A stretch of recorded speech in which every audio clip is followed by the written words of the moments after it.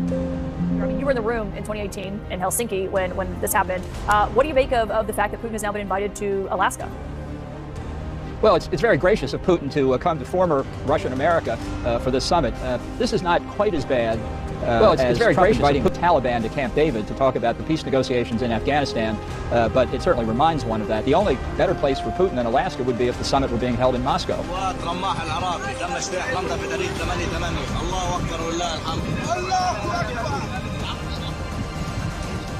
Protesters on opposing sides, both demanding to be heard. In Liverpool today, protesters draped in Union Jacks shouted for asylum seekers to be removed from this hotel. Across police lines, counter-demonstrators shouted back.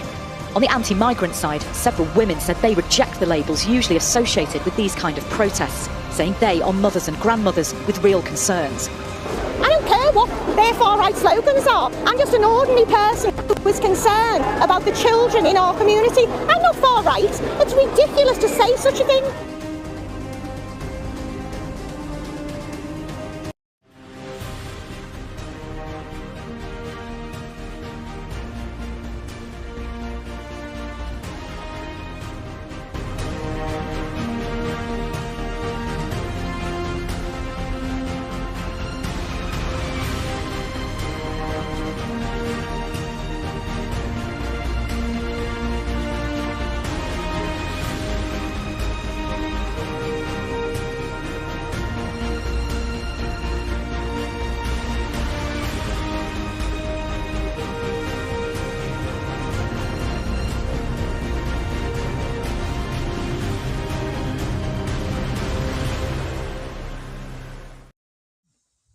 There's Uncle Jack. Hey guys, welcome back to Resistance Chicks.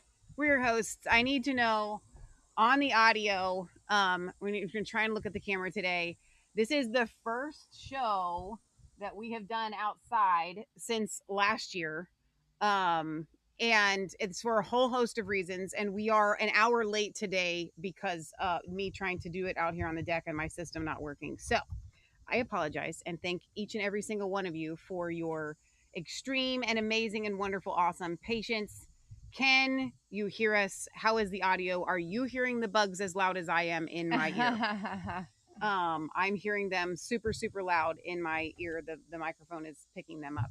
I don't hear them. You don't hear them at all? No. Oh, well, okay. I don't hear them in their ear. Oh, I'm outside my ear.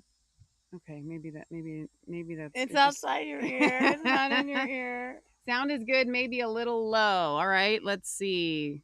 Oh, now that's gonna get loud. Now that's a little yeah, but if they need us louder, then that's what you're gonna have to deal with. Fuzziness. I can try and turn it down a little bit on Leah's end and my end. Let's see if that might help some. Are we fuzzy though? Are we fuzzy? Everybody's saying the audio is good. Okay. So forgive the lack of the normal intro of hey guys, welcome back to Resistance Chicks. Welcome back to Resistance Chicks. We're your hosts, Leah and Michelle. You got a great show going on today. Don't remember how the rest of the intro goes because I just stand here most of the time and smile. With a redneck accent? Yes, I do. No, you don't. All right, I'm going to try and get the brightness up on this screen so that we don't look so dark. In the meantime, Leah, tell them what we've got coming on today's show. All right, so drum roll, please. Putin. It's going to meet with Uncle Trumpy. We call him Uncle Trump around here because we got Uncle Walt across the street that does the lawnmowers. He's not our uncle, but he grew up with our family, so we call him Uncle Trump around here. Uncle Trumpy is going to be meeting with Putin in Alaska, and the world is a little bit upset because they're kind of hoping that the gravy train will continue. But sometimes, you know what? That buffet, it's been sitting there for a while, and all that stuff been sitting there, and they bring it out, and they bring it in, put it in the fridge, bring it back out, put it under the heat lamp, and that stuff's old, man. We're done with Ukraine, so let's just get this thing done, okay? And they're like, no, they just still want to be in the free food line because they're just getting all kind of your money. It's not even your money. What they're getting, if you guys got to understand how this works for monetary purposes. It's not like you're working every day, taxes, and paying for this war in Ukraine, okay? That's not how this is working. You are working every day, and you're paying for what they did last year, and now they're spending money for you to pay next year, and next year, and next year, and next year, and next year.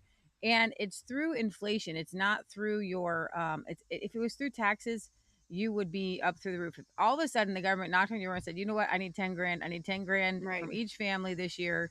And we're going to give it to illegal migrants. And now I do actually hear those little buggies in my ear. So, we're working as best we can. It's fine. You're going to be fine. And the sweat bees are here around. But yeah, they're not sweat bees. They're hoverflies, dude. Well, whatever they are. They're little hoverflies that have been really bad. You know what I've been doing? What? So I sit out here and I work. I literally, I if I see, no. It's no. Like that. I'll sit out here. Like when I'm working out here, I kill them like that. It's one of these. Leah's made this placemat. It's so beautiful. And there's 4 of them sitting out here. So this has become my fly swatter. Weird hoverfly. It's like aliens. I think they got little microchips in them. So yeah, Trump's going to meet with Putin. Spies. And I got an interesting clip with Mike Rowe. Diane is here from next door. Hi, Diane. Literally stone's throw down there. And her adorable dog, Nikki, that we get to walk. She says, I hear y'all. Great to see y'all. Glad you're here, Diane. So, hey, Diane. So, yeah, I have an interesting clip with the Epoch Times and Mike Rowe. Yeah. Where Mike Rowe he's finally exposing the organ harvesting in China. Wow. Yeah. That's awesome. In Japan, they have a super demographic decline. Yeah. They have had nearly 1 million more deaths than births in 2024. I know. Like, are there going to ever be Japanese? Like, there goes Mr. Miyagi. So they have a big, like, pornography sex doll problem over there. They do. But they like, the women don't want to be with the men legit. I know. They need it. But I don't know what it is about. They're not pro-family. Now, the big news for today, the people in the UK, they've had enough. Where's my thing? I'm telling you, that's what I'm saying. That's what I'm saying. It's like having a tail. I do feel like some sort of Middle Eastern, like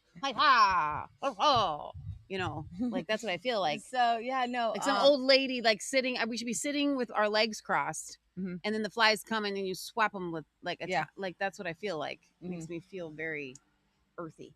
In the UK, they had protests this week because they're tired. They're tired. But mostly, and I didn't even want to put this in the title, but they're actually calling it pedos out because of the migrants that have come in and are harming their children. Yeah. And they are tired of it. Yeah. And I'm tired of it. Yeah. And so they've been just massive protests everywhere. Yeah. Just massive protests. And then there is a clip of migrants coming over the English Channel into the UK chanting Allahu Akbar. I know, yeah, we have that. And Nigel Farage, says, like, rightly so, that's a little bit of a security threat. Not a lot of it, but a little bit. Mm-hmm. I mean, not a little bit, but a lot of it. Yeah. I got that in first. So let's hit that right now. Farage warns of a Nigel Farage, who is the head of the Reform Party there in the UK, conservative firebrand. National emergency as illegal boat migrants filmed shouting Allahu Akbar. I would think that would be like a straight ticket, like back. Like you don't get to come in. Like Lauren Southern was refused to come entrance into the United Kingdom. She was a threat to no one, but she was a threat to their political instability. I would think that this is a threat to British lives. The Channel migrant crisis continued over the weekend. 435. That's a lot. I want you guys to picture 435 people across the street from you, and now they're just and then they just disperse into the country, right? Because that's what it is. They're coming in at one area. Right. Were brought ashore at the port of Dover on Saturday after crossing the busy waterway from the beaches of France in 7 small boats organized by people smuggling. This is human trafficking, like worldwide. We're supposed to be against that. Mm-hmm. So far this year, a record pace of illegal arrivals has been seen, totaling 25,000 since January. On Sunday, British boss Nigel Farage shared footage of what appeared to be one of the migrant boats crossing the channel, comprised as typical. These aren't kids. There's no women on these boats. What are they doing? Where are they going? They're going into migrant hotels. I hate to say this every week. I sound like a broken record, but I still don't know what the issue is. Like, what is the plan? Why are they doing this, guys? Destabilizing your country. It's insane. And honestly, you know what I think it is? The only thing that makes sense is that somehow radical Muslims are in charge. They're in charge and they're bringing in their people. Like I would bring in Christians. Yeah. That's what I would do.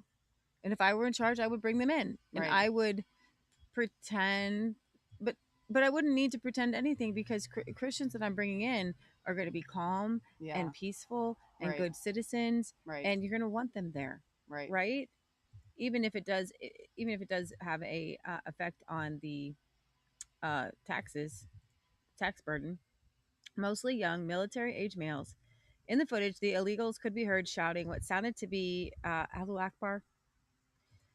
The phrase we know is the jihadist battle cry, typically translated in the West as God is great. However, others have noted a more accurate translation would be Allah is greater. Of other words, Allah is greater than your government or God.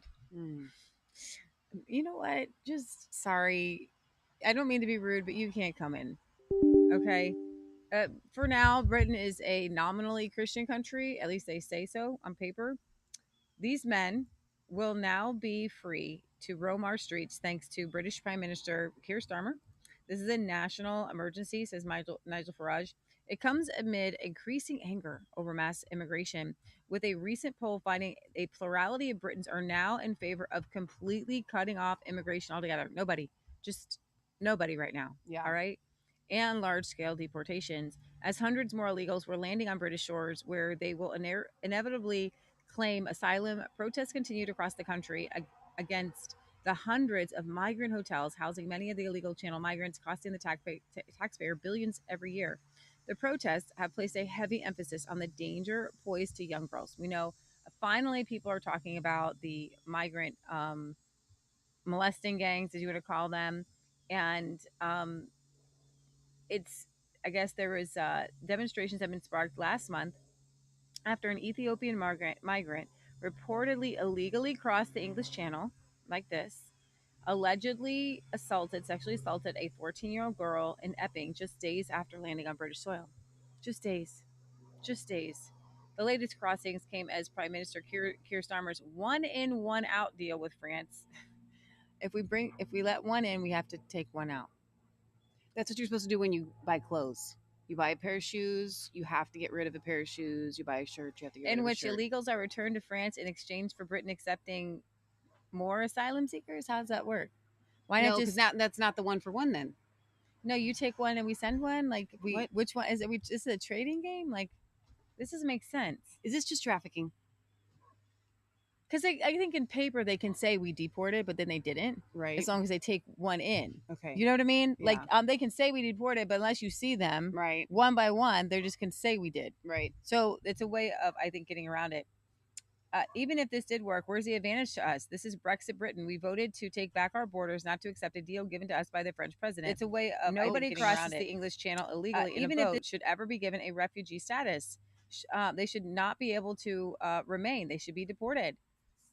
So I don't know, Michelle, I know you were saying you were having trouble with the links. I should be able to, I need an advance notice so I can grab the link and insert it into my software. So I've got all your things up. That was it. Well, no, it's okay. I already have it up. It's already up. Is there a video to be played here? It's in the article. Okay.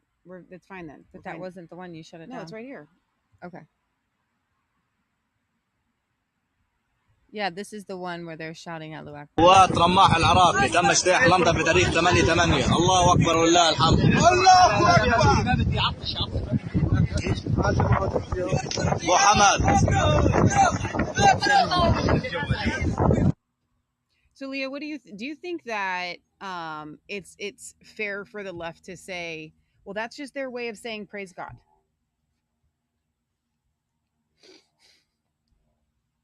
You Christians, you say praise God? We're not the same. I'm just wondering, asking for a friend. Oh, well, 1 in 5 Britons say that they are willing to engage in political violence. That things are getting out of hand. That's a bad sign. That's a very bad sign. According to a survey of 2,000 adults in the UK by Looking for Growth, 70% of the country was worried that Britain is on the precipice of political violence.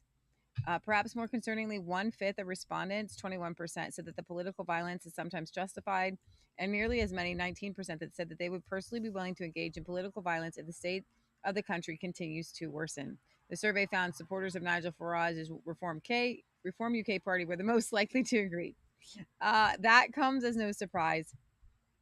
And the Pedos Out protest held by UK locals after migrant arrested over alleged child rape again and again and again. This is in Nuneaton. How you say that? Nuneaton, England. Wait, was that the same article? So I just a different article. If it was in the article, and I clicked on the. Oh, see, that's cheating. See here, this was in this article. Wait, where is boom, it? Here? Boom. Where? 1 in 5. Where? And then you scroll down, and it's this one. You're on the yeah. There you go. Boom. There you are. I was going to let me click on it though from inside of here because I'm actually in the system, so it's probably not going to let me. Okay. Whoa. Okay. Whoa. Oh boy. We're all fine here. Okay, here we go. It's there. Oh, I just opened it several times. Okay. Okay. Okay. Up to 1,000 local Nuneaton residents, including many women and young families. So we have these young men coming over on the migrant boats, and we have women and even children and families who are coming to these protests because they are scared. They gathered outside its historic town hall on Saturday to protest over migrant crime and what is claimed to have been an attempted official cover-up. Nuneaton says no protest was called after it emerged last week that 2 Afghan migrant males, at least one of whom reportedly entered the United Kingdom illegally by a small boat, have been arrested over the alleged rape of a 12-year-old girl in town. Gathering walking distance from Cheverell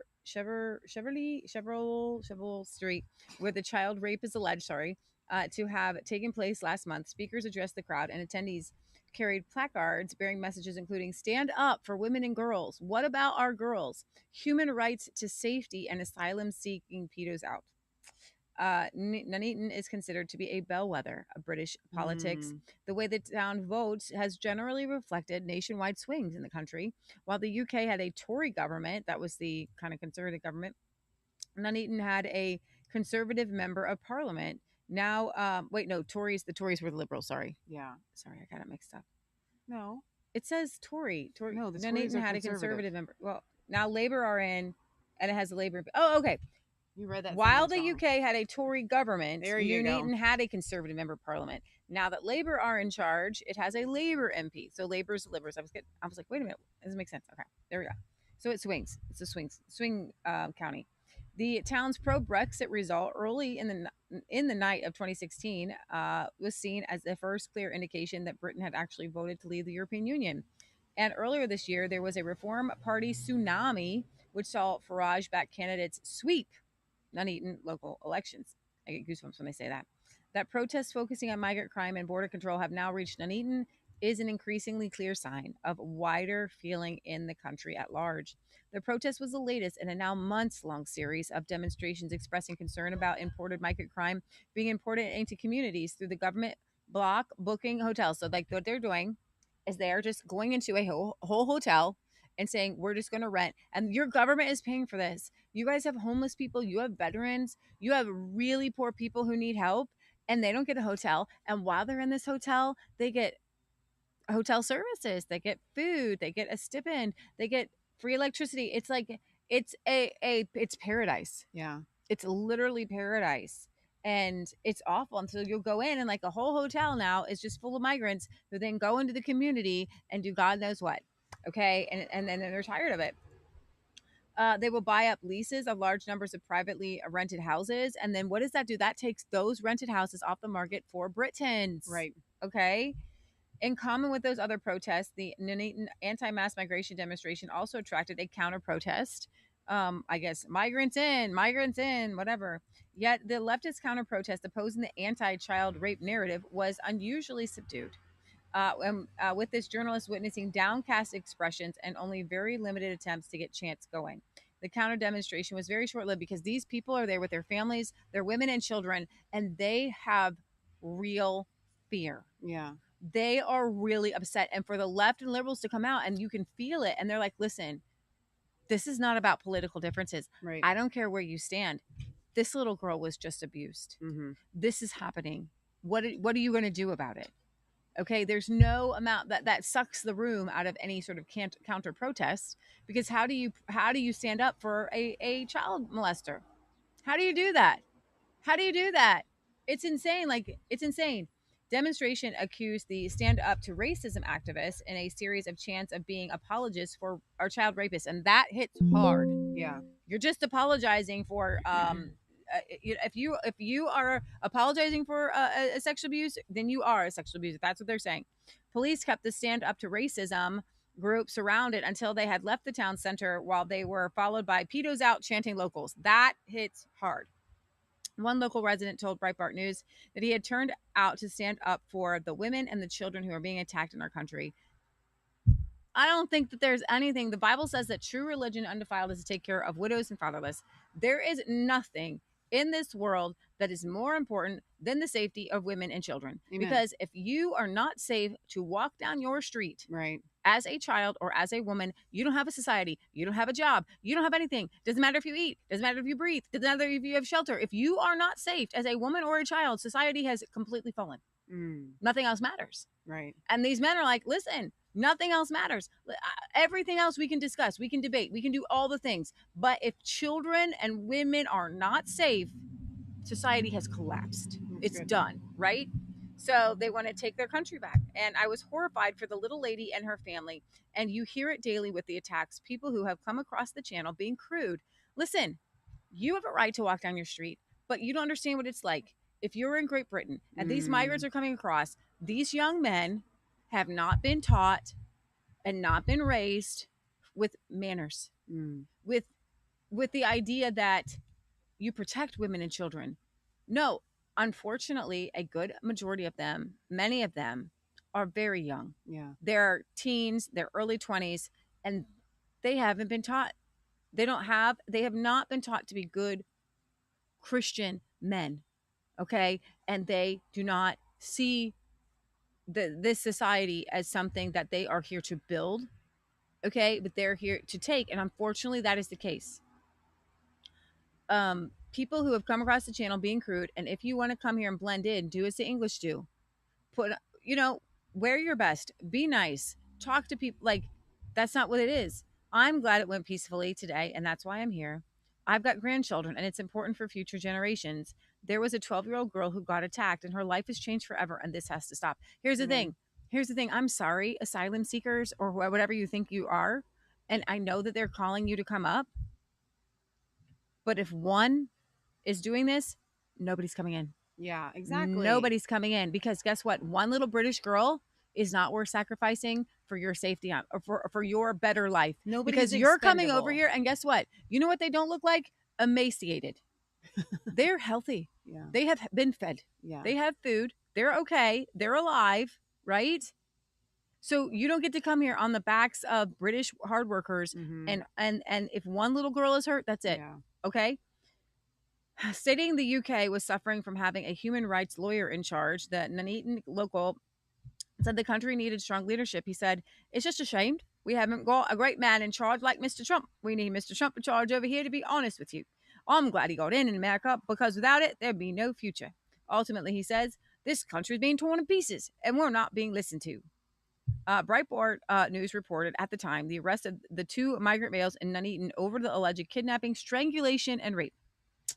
Then stated Ahmad Malakil and Mohammed Kabar, these are names that you know who they are, both 23 and both of Afghan origin. Listen, the last place I want anybody coming in from is Afghanistan or Pakistan.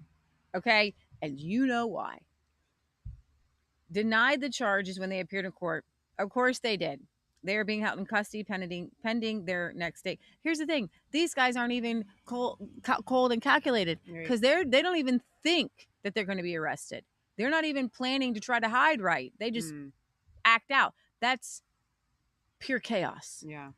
It's been reported that the men lived in homes of multiple occupancy, a government-funded dispersal program for migrants, placing them in rented houses and communities rather than hosting large numbers of illegals in block book hotels. That's even more dangerous. So here's the thing. We're in a neighborhood, and you're just going to put a bunch of migrants who haven't been vetted. You don't know their backgrounds. You don't know what they're thinking. a bunch of Afghanistans. Yes, I'm not racial profiling. I'm culturally profiling. Afghanistan is a place where women and children are not treated like dirt. Women will set themselves on, put gasoline on themselves, set themselves on fire just to get out of an abusive household. We all know that Afghanistan is the last place you want to be as a female. Like, if there's a country, I'm just gonna like roll the dice and it lands on you have to go to Afghanistan, and I'm gonna say no. Okay, if there's a list of places where you don't want to go, I'm going to China before I'm going to Afghanistan. I'm going to India before I'm going to Afghanistan. Okay, they're like legit. I don't know, maybe Yemen or Somalia, but it's a very short list of places that might be worse or just as bad as Afghanistan for females. So what you're doing is you're transporting that culture. That culture comes with you. This is what you have to understand. If people are coming from a country in which the culture acts a certain way, and that culture is so dangerous that you wouldn't want to go there, it's a culture when those people come, they're bringing it with them. That's good. You know what's so good? Is if you're in Poland or something, and most of Poland respects women and children, right? And those Polish people come to America. You know what I'm going to expect if I meet somebody from Poland? What? A respectful, honorable person. Yeah, that's true. Because their culture is respectful and honorable. Right. And if there's an outlier, there's an outlier. Right. But we have to be able to be, just plain. Can we speak plain about it? Yeah. Like we just have to speak plain about different cultures, different things. You know, even in India, right? I know a lot of people that will not travel to India because of the gross perversion but usually the Indians that are coming over here are the upper class and they're in the clean neighborhoods. I know. So they come over here and they're clean. I know. Right? So that is something that you talk about, because only the rich Indians are coming over here, the ones that went to college, the ones that, you know, are the upper class. They actually have a caste system. Exactly. To where they believe that the God of the universe chose you to be rich, and if you're poor, that's because in a past life you were a bad person. That's a horrible thing. You cannot claw your way out of that, man. Right. That's horrible religion. You just have to live your whole life and then die and hope you come back as something better. Yeah, that's pretty bad. It's a horrible religion, but at the same time, there is a culture there that has some sort of semblance of God and love, right? Some sort of, and respect and honor. But that, you know, if I had to classify the different religions, I'm definitely taking Hinduism over Islamism. Yeah. Right? But I still don't like it. And then I'm taking Buddhism over Hinduism. Yeah. Okay? And then I'm taking whatever those Chinese Epoch Time people do. Yeah. I'm taking that over Buddhism. My gosh. I've been adjusting the color. No, keep talking. I'm trying to adjust the color. Okay. On us, because we're very muted, and I've been adjusting the background thing instead of us. That's funny. Which is so funny. Keep talking. Okay, so these are the things that we have to be able to talk about. So like if we're bringing in asylum seekers, we have to be able to vet. I mean, there's people from all over the world that need to come in. Guess what I'm bringing in? I'm bringing in the South Africans before I'm bringing in anybody else. Yeah. And that's what Russia was doing, and that's what America was doing, because those people are hard workers, man. They have legit built a whole community from the ground up with nothing. No Home Depot, no Lowe's, and they built everything. Yeah. Right? So I know when they come here, they don't need to rely on the government. That's good. But in Afghanistan, that is a failed country. It doesn't exist as a country, right? They're not building anything. There's nothing there. It could be better. And your friend Horatio said his parents drove around Afghanistan in like the 80s and it wasn't so bad.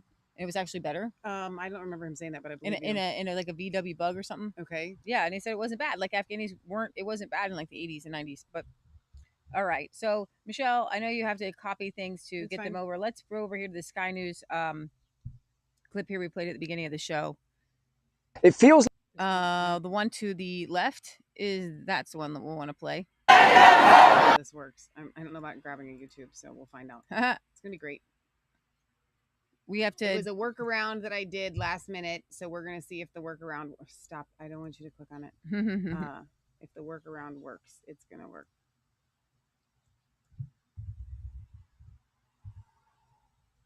And then you can bring in the you can get the other ones. Protesters on opposing sides, both demanding to be heard. In Liverpool today, protesters draped in Union Jacks shouted for asylum seekers to be removed from this hotel. Across police lines, counter-demonstrators shouted back. On the anti-migrant side, several women said they reject the labels usually associated with these kind of protests, saying they are mothers and grandmothers with real concerns. I don't care what their far-right slogans are. I'm just an ordinary person who is concerned about the children in our community. I'm not far-right. It's ridiculous to say such a thing.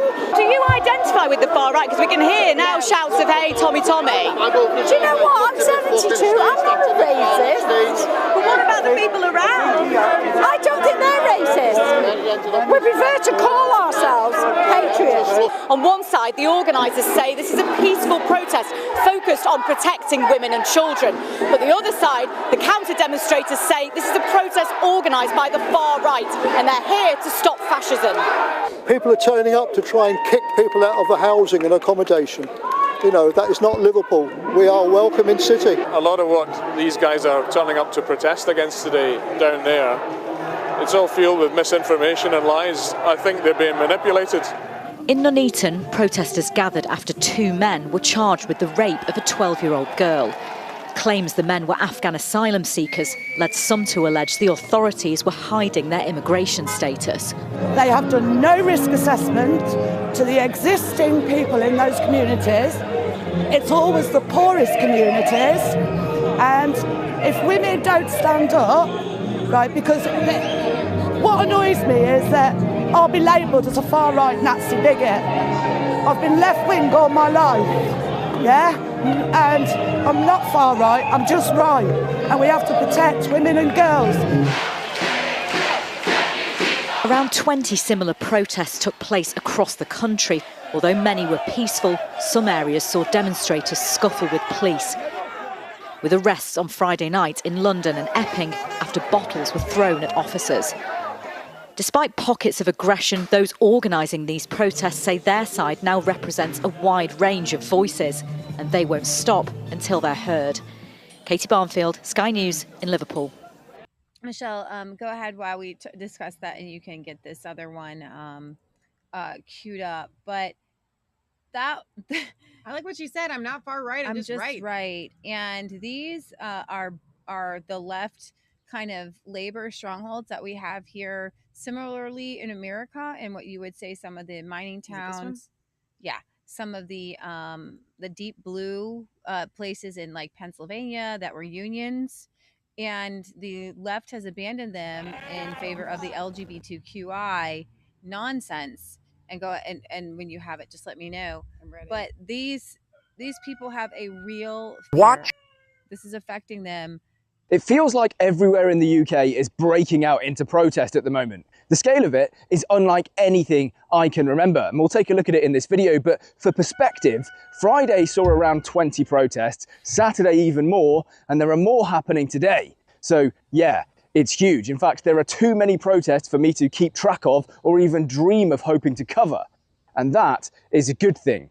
The left, by comparison, funded by the Socialist Workers' Party, seem to be running out of capital and manpower. I guess there just aren't that many people you can bus up and down the country to keep annoying locals. And when they do show up, they just get humiliated, mocked, and run out of town. We'll take a look at that as well. But the reason for it, let's be honest, is relatively simple. Most of these protests are locals voicing their concerns over things that have happened in their community. So when you show up with your luxury beliefs like refugees welcome plastered on a little placard, it just doesn't really cut it. You can shout fascist and racist and them all you want, but they don't care. They're there to support their local community, and that trumps every name that you want to call them. Let's start with a protest that took place yesterday, the 9th of August in Nuneaton. Now, based on the live streams that I've watched, thousands of people showed up to this.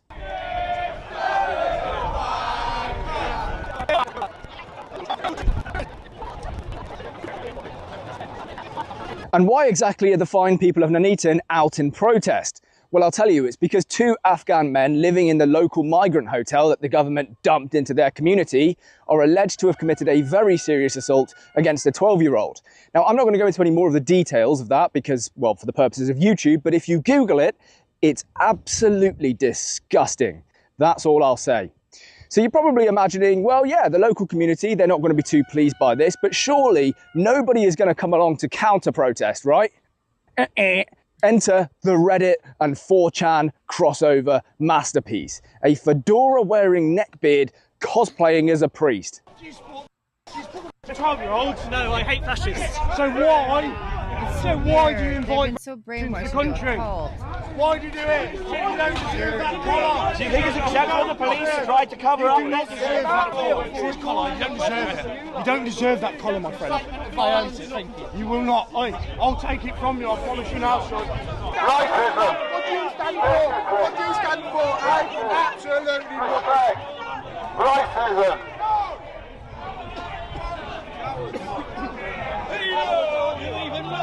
Listen, mate, this is a genuine piece of advice. The internet and the real world, two very distinct places. Yeah. And they have two different sets of rules, if you like. Because on the internet, you can condemn and harass concerned parents, and for the most part, nothing bad will happen to you.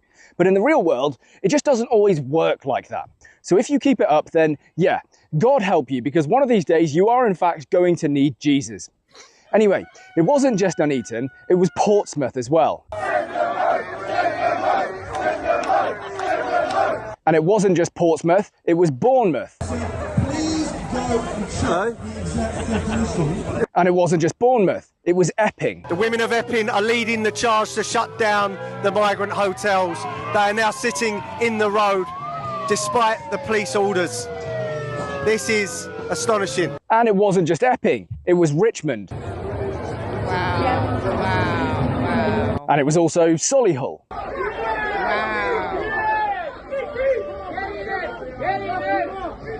And it was also Newcastle. And Norwich.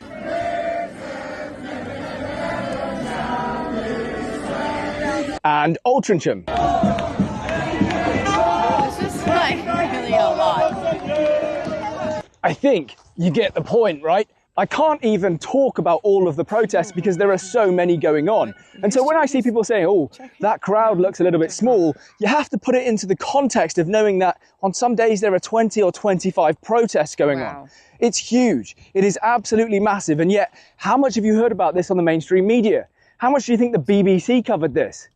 Yeah, not at all. In fact, the only news station that would touch this story is GB News. And they even spoke about how little attention it's getting from the likes of the BBC and Sky. After 4 or 5 days of protests outside asylum hotels, after that clearly being the top issue of the day, I went to the BBC News app, and the #1 story was, "It's quite windy, guys." And the #2 story was about Greg Wallace. And, you know, let's plug in a bit more to what people care about. Frankly, I think it's really shameful that the mainstream media aren't covering these protests, but this isn't their only sin, right? The story I told you earlier about Nuneaton, a BBC headline for that would look something like, 2 men from Nuneaton charged with serious assault on young girl. And it's like, stop treating us like we're idiots, okay? These guys probably arrived in the country 3, 4, 5, maybe 6 months ago. They've been put into a migrant hotel, and you're trying to convince me that they're from Nuneaton. Even though they've spent their entire lives in Afghanistan, you want me to think that they're from Nuneaton. Stop it, right? It's just ridiculous. It makes you look stupid, and it's why you are fading into irrelevance. And it's not just me saying that they're fading into irrelevance, it really is happening. They are going to Ofcom, the BBC are, and begging them to force YouTube to push the BBC in their algorithm harder. And it's like, that's not how this works, okay? The YouTube algorithm just shows people what it thinks that they want to see. That's all that happens. So if people don't want to see the stories that you're covering about how windy it is or climate change or whatever it might be, whatever topic you seem to be covering today, then maybe that's a message to you to start covering the issues that people really are interested in. If you did a 1-hour segment on the protests from this weekend, I guarantee you it would get millions of views, but you don't want to do that, do you? Because you have a political agenda. So yeah, you can't just go to Ofcom and say, oh, YouTube are pushing people like British Lander harder than they're pushing us. Whatever, get over it, okay? You can either imitate us and start talking honestly about the issues that we're talking about, or you can just fade into irrelevance. And frankly, I don't care. Yeah, so what are you going to do? I think Reform UK is going to sweep the deal. I mean, is this a setup here? Is that what they want? I don't know. I really don't know. So, you know, hats off to the protesters there, and I do hope that they get things, you know, settled. It says Britain's FBI to investigate alleged police involvement in the child rape grooming gangs. So Britain's National Crime Agency said that it will take over a grooming gang investigation from the South Yorkshire Police after the force came under fire for investigating itself amid accusations that some of its officers were complicit in the sexual exploitation of children and had personally raped young girls. Oh my gosh. A team of officers from the NCA's Operation Stovewood will take the lead in the investigation into allegations of child sexual abuse by former South Yorkshire police officers after the force requested Britain's equivalent of the FBI to actually take over. It came after allegations from victims of the predominantly Pakistani Muslim grooming gangs in Rotherham, who accused members of the South Yorkshire Police of collaborating with the child rape networks of sexual abuse. One victim accused former police constable Hassan Ali and another unnamed, Pakistani police, yeah, of course, another unnamed officer of raping her in a police car as a child. The allegations threw into question the police force's Operation Leiden into sexual exploitation, with critics claiming that the South Yorkshire's police could not be trusted. Professor Alexis J., whose 2014 report found that around 1,400 mostly young white girls were abused by mainly Pakistani Muslims in Rotherham between 1997 and 2013, said last month that she was shocked that the South Yorkshire Police was investigating itself. In far too many cases, the priority for the institution of whatever kind is to protect their reputation rather than prioritizing the welfare of children. The head of the NCA's Operation Stovewood, Philip Marshall, said the National Crime Agency will ensure that victims remain at the heart of this investigation. So I do hope that people are held responsible and that the victims get justice. Yeah. It takes a lot to put pressure on these situations when you actually have members of the same community, Pakistani, you've got Pakistani police officers who are now taking part in the grooming gangs. Right. No, I don't think if you're a Pakistani, you should be a police officer in the UK. I'm just going to say it. So I don't think as so. an FYI, the screen sharing on this is I'm still trying to figure it out because it's not our normal one. I know on your guys' end, you're probably like, Michelle, it's totally fine. I just have to be able to talk out loud because I also can't mute us like I normally do. So sometimes when I click, it's just clicking on stuff and I don't know how to click back.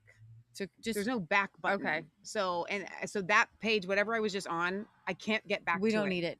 Okay. I'll let you know when we need it. Okay. Because I'm not going to bring this up, but I saw a video and it was pretty disturbing of a man on a London, a London train. He took his pants off. What? Stood on the train completely buck naked. No. And he was confronted by some white British men. Okay. And they tried to push him off the train. So you don't have this up do you want me to pull this up? I do have it, but I don't think you need to bring it up. I mean, you can give him. It's a little weird, though. And there's a lot of cursing, so I don't want to press play. Okay. And the guy says, "What do you mean?" He kept saying the F word to them. And what do you mean? And the people said back, "Oh, I you forgot need to Zero get off Hedge the change." does. I forgot Zero Hedge is it does this when I was trying the other software that we used to use. It comes up clear. I don't know why. Don't worry about it. We don't need to see it. Well, they can see the pictures. That's what they get to But see. what is horrible is that people are saying that nudity on public transport is unacceptable, but the man in the viral video is clearly suffering a psychotic episode, and the violence he received was excessive. And other people are saying, calmly restrain. Excuse me, naked man. Do I have consent to touch you? Okay, I'm going to restrain you now. Please get to the ground and put your hands behind your back. Thank you for complying, sir. Permission to touch you again? And so they tried to talk to him. He cursed at them. Then the men appropriately responded to the situation.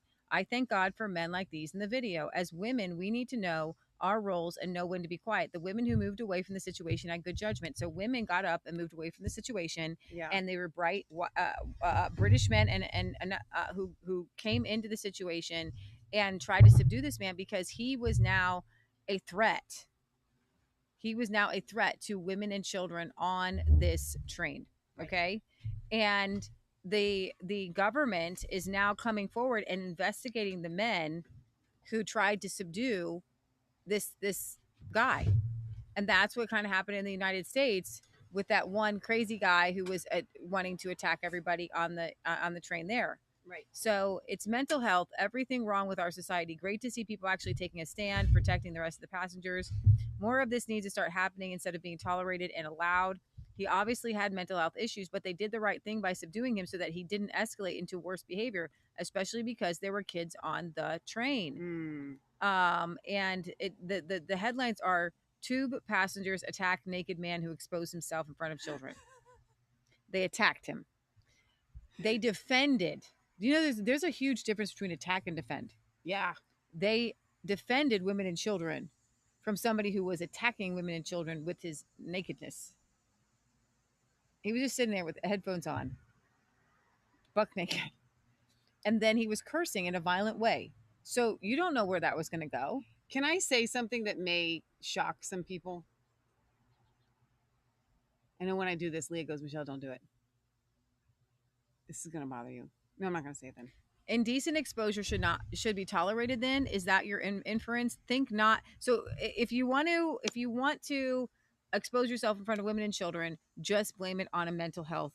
I'm just crazy. So I can be here. And so we're supposed to see that person in a different light than if somebody were more sound.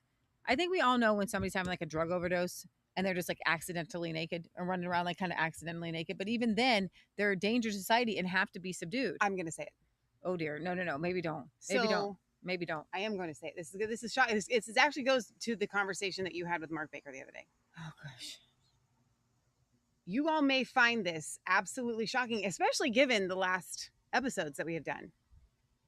Aside from in my caregiving capabilities capacity, where it's been very quick and weird and just like you just look away really fast, Leah and Michelle have never seen male genitalia. Ever in my life. Okay. And we're in our 40s. It is an assault. It's assault on children and women. Mm-hmm. It's not just like seeing a butt. Mm-hmm. Am I making sense?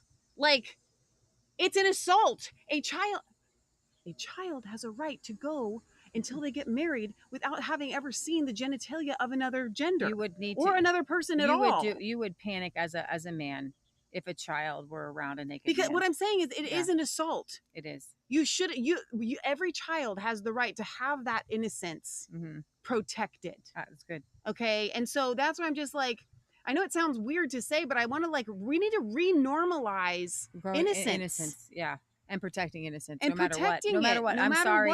If this guy's having a mental health thing, whatever. Oh, it's just no big deal. Just the human body, yada yada yada. Like, that's Alfred Kinsey. Exactly. And if you guys missed watching our pre-premiere of Alfred Kinsey and the Monsters of America, you can still go and watch it because it's the last video that we did.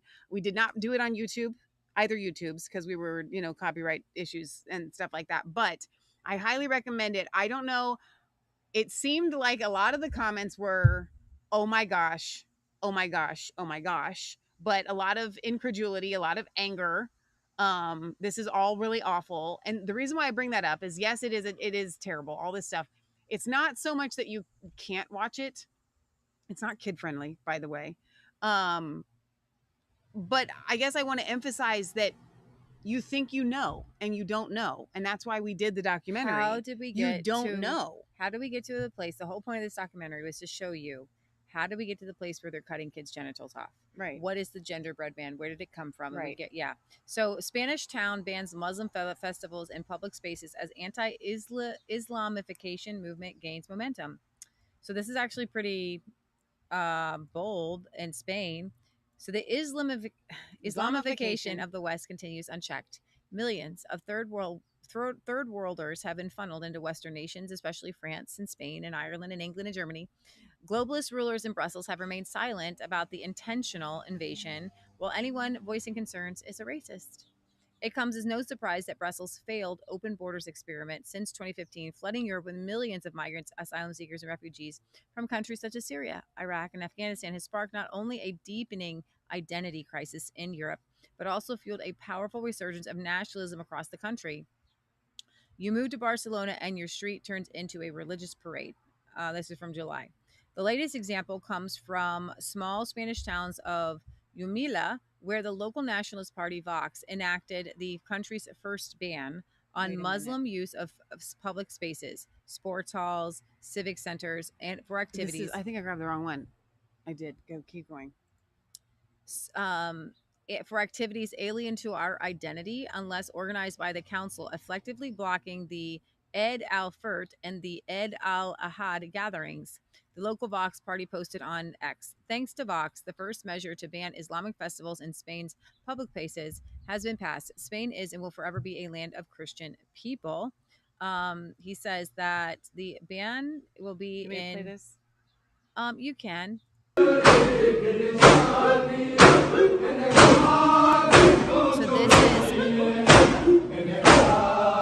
Muslims parading Islam in a Christian country. Yeah. The ban was placed in Umila, a town in Murcia, the Murcia region, with a population of about 27,000, roughly 7.5% of whom come from mostly Muslim countries. The motion was proposed by Spain's Conservative People's Party, the PP, and backed by the Vox Party. More of this. I am going to say that because this is more of a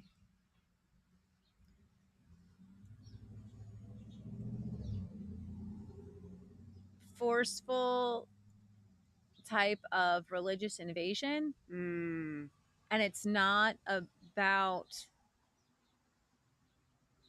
just religious freedom. Yeah.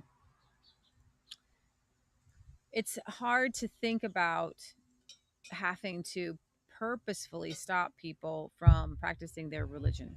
Right. But it's not a practice of religion if you're marching through the streets in a Christian country. It's obviously not respectful. And Spain has had a checkered past with Islam.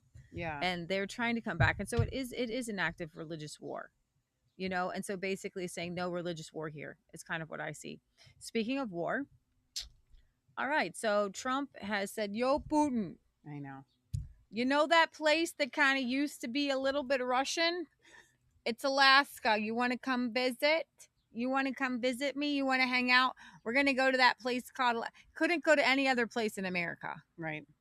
So Alaska's kind of like not really American, but it is American. It's like it's weird to think about. It's weird to think about that you have to travel 4 days through Canada to get to a place of America. Yeah. You know what I mean? Like, it doesn't make sense. It's just for minerals and stuff. I believe a country should be a total full landmass. So in this clip that you sent me for today's show, the is it Blinken? No, it's what's his name? Bolts. John Bolts. John Bolts was like, it wouldn't benefit Putin hardly anymore if this had been in Moscow. And I guess, you know, you may say that this is really ignorant of me. Does anybody else understand that? Like, I get the history. I do, but I don't get how the present, it's Alaska. It's America. It's not like Putin going to visit Trump in Alaska is not the same thing as Trump visiting Putin in Moscow. That's and it's an absurd They statement. have to meet, and quite frankly, I don't know the mileage, but I think that Putin to Alaska is probably the same as Trump to Alaska. So they're meeting halfway. Yeah, I right? guess so. You know, Donald Trump says true to his line and stays true to his line and asserts dominance over the geopolitical chessboard symbolically as well. Following the announcement of a trade deal with the EU at his golf course in Turnberry, Scotland, peace talks in the Ukraine conflict with Russian Vladimir Putin are now scheduled in Alaska. The venue of negotiation often predefines the balance of power between opponents. It's kind of like chess. Yeah. That's why everybody's like, Alaska? What's the importance of Alaska? Right? In that sense, it must be read as a clear show of force that both European Commission President Ursula von der Leyen and UK Prime Minister Keir Starmer, notably without military fanfare, traveled to Trump's private resort in Turnberry to be politically placed by the American president. Judging by the outcome in Scotland. Judging by the outcome of those talks, one conclusion is unavoidable. The European Union no longer plays in the league of the great powers. Washington's interest in intra-European affairs has notably cooled focusing essentially on two things: an orderly withdrawal from military entanglements and the defense of the U.S. corporate interests in the EU single market. We are I have the witnessing. wrong article up again. I'm sorry, Oh that was my probably me. gosh. No, it's Witnessing okay. a shift of power from the Atlantic to the Pacific. So Europe is losing its grip. It's hardly a secret. China and the United States will be setting the standards of international politics in the future. Russia, the world's most resource-rich country, may be labeled by Europeans as a para state and a malicious hub of all evil, but that does not change the fact that the age of post-colonial European dominance is ending, and Moscow will have no trouble playing its resource market cards outside the shrinking European sphere of influence. They are the only ones in the world crying Russia, Russia, Russia, is Europe. And if they don't have any power, if their voice has shrunk, I'm sure China is actually Russia, Russia, Russia. Mm-hmm. India is actually that whole BRICS group. Yeah, that they're joining together. They're stronger than the European Union. They really are. Here we go. In this spirit, Russian President Vladimir Putin will travel on August 15th to Away territory in Alaska, once part of Russia, to primarily negotiate peace terms with Ukraine. From what I'm seeing is that, and I think that this is a deal and we can just get this done. Can we get this behind us? He wants the eastern part of Ukraine, the Donbass region. Yeah. That's it. That's going to be Russian and the war is over. That's it. Okay. Interestingly, I just read a section of Lauren Southern's book, This Can't Be Real Life, which I highly recommend. It's inside. I want you guys to read this book. It is the most intriguing book I have ever read. What is Lauren Southern's book? Are you serious? Yes. It is the most. I read a little bit at night, and I want to read more, but then I fall asleep. I don't have time to read until nighttime. And this is by far the most intriguing book I've read in a very long time. So when I was a have kid, to read it. When I was a kid, I read Robinson Crusoe twice. I read Pride and Prejudice several times. Love those books. But her book is, for me, because it parallels everything that we do. And then behind the scenes, I'm seeing things happening behind the scenes. And she's been everywhere. She was everywhere before she was like 23. She got invited to Russia. So she went. And she didn't have much money. She doesn't have much money, okay? She didn't make much money as a right-wing pundit. Mm-hmm. And so she booked a hotel. And the guy that helped her get to Russia was like, no, we're going to put you in this hotel. Notably, she and Brittany Pettibone, who was a far right person as well at that time, they were the only two in the hotel. Tons of food, everybody, and they were literally so Russia was watching them the entire time. Okay, Mm-hmm. and then the guy who invited them kept saying, "Don't you want to be a journalist?" Before the war had started, that Donbass region was already fighting. The Ukrainians were fighting Russians in that Donbass region, and he wanted her to go there to report positively on Russians. And she's like, you know what? I got to get out of here, right? So these are things you can't make up. So while the Russian government has not issued an official statement, much suggests Moscow will not return the occupied territories in Donbass, Luhansk, Zaporizhzhia, I don't know that one, in the Kherson or Crimea. Russia currently holds the military initiative and is increasing pressure on Ukraine and its allies to force a resolution. To avoid overshadowing the personal meeting, the White House postponed a tariff ultimatum originally set for August 9th, and that would have imposed 100% duties on Russian goods if the war continued, pushed that back to August 27th.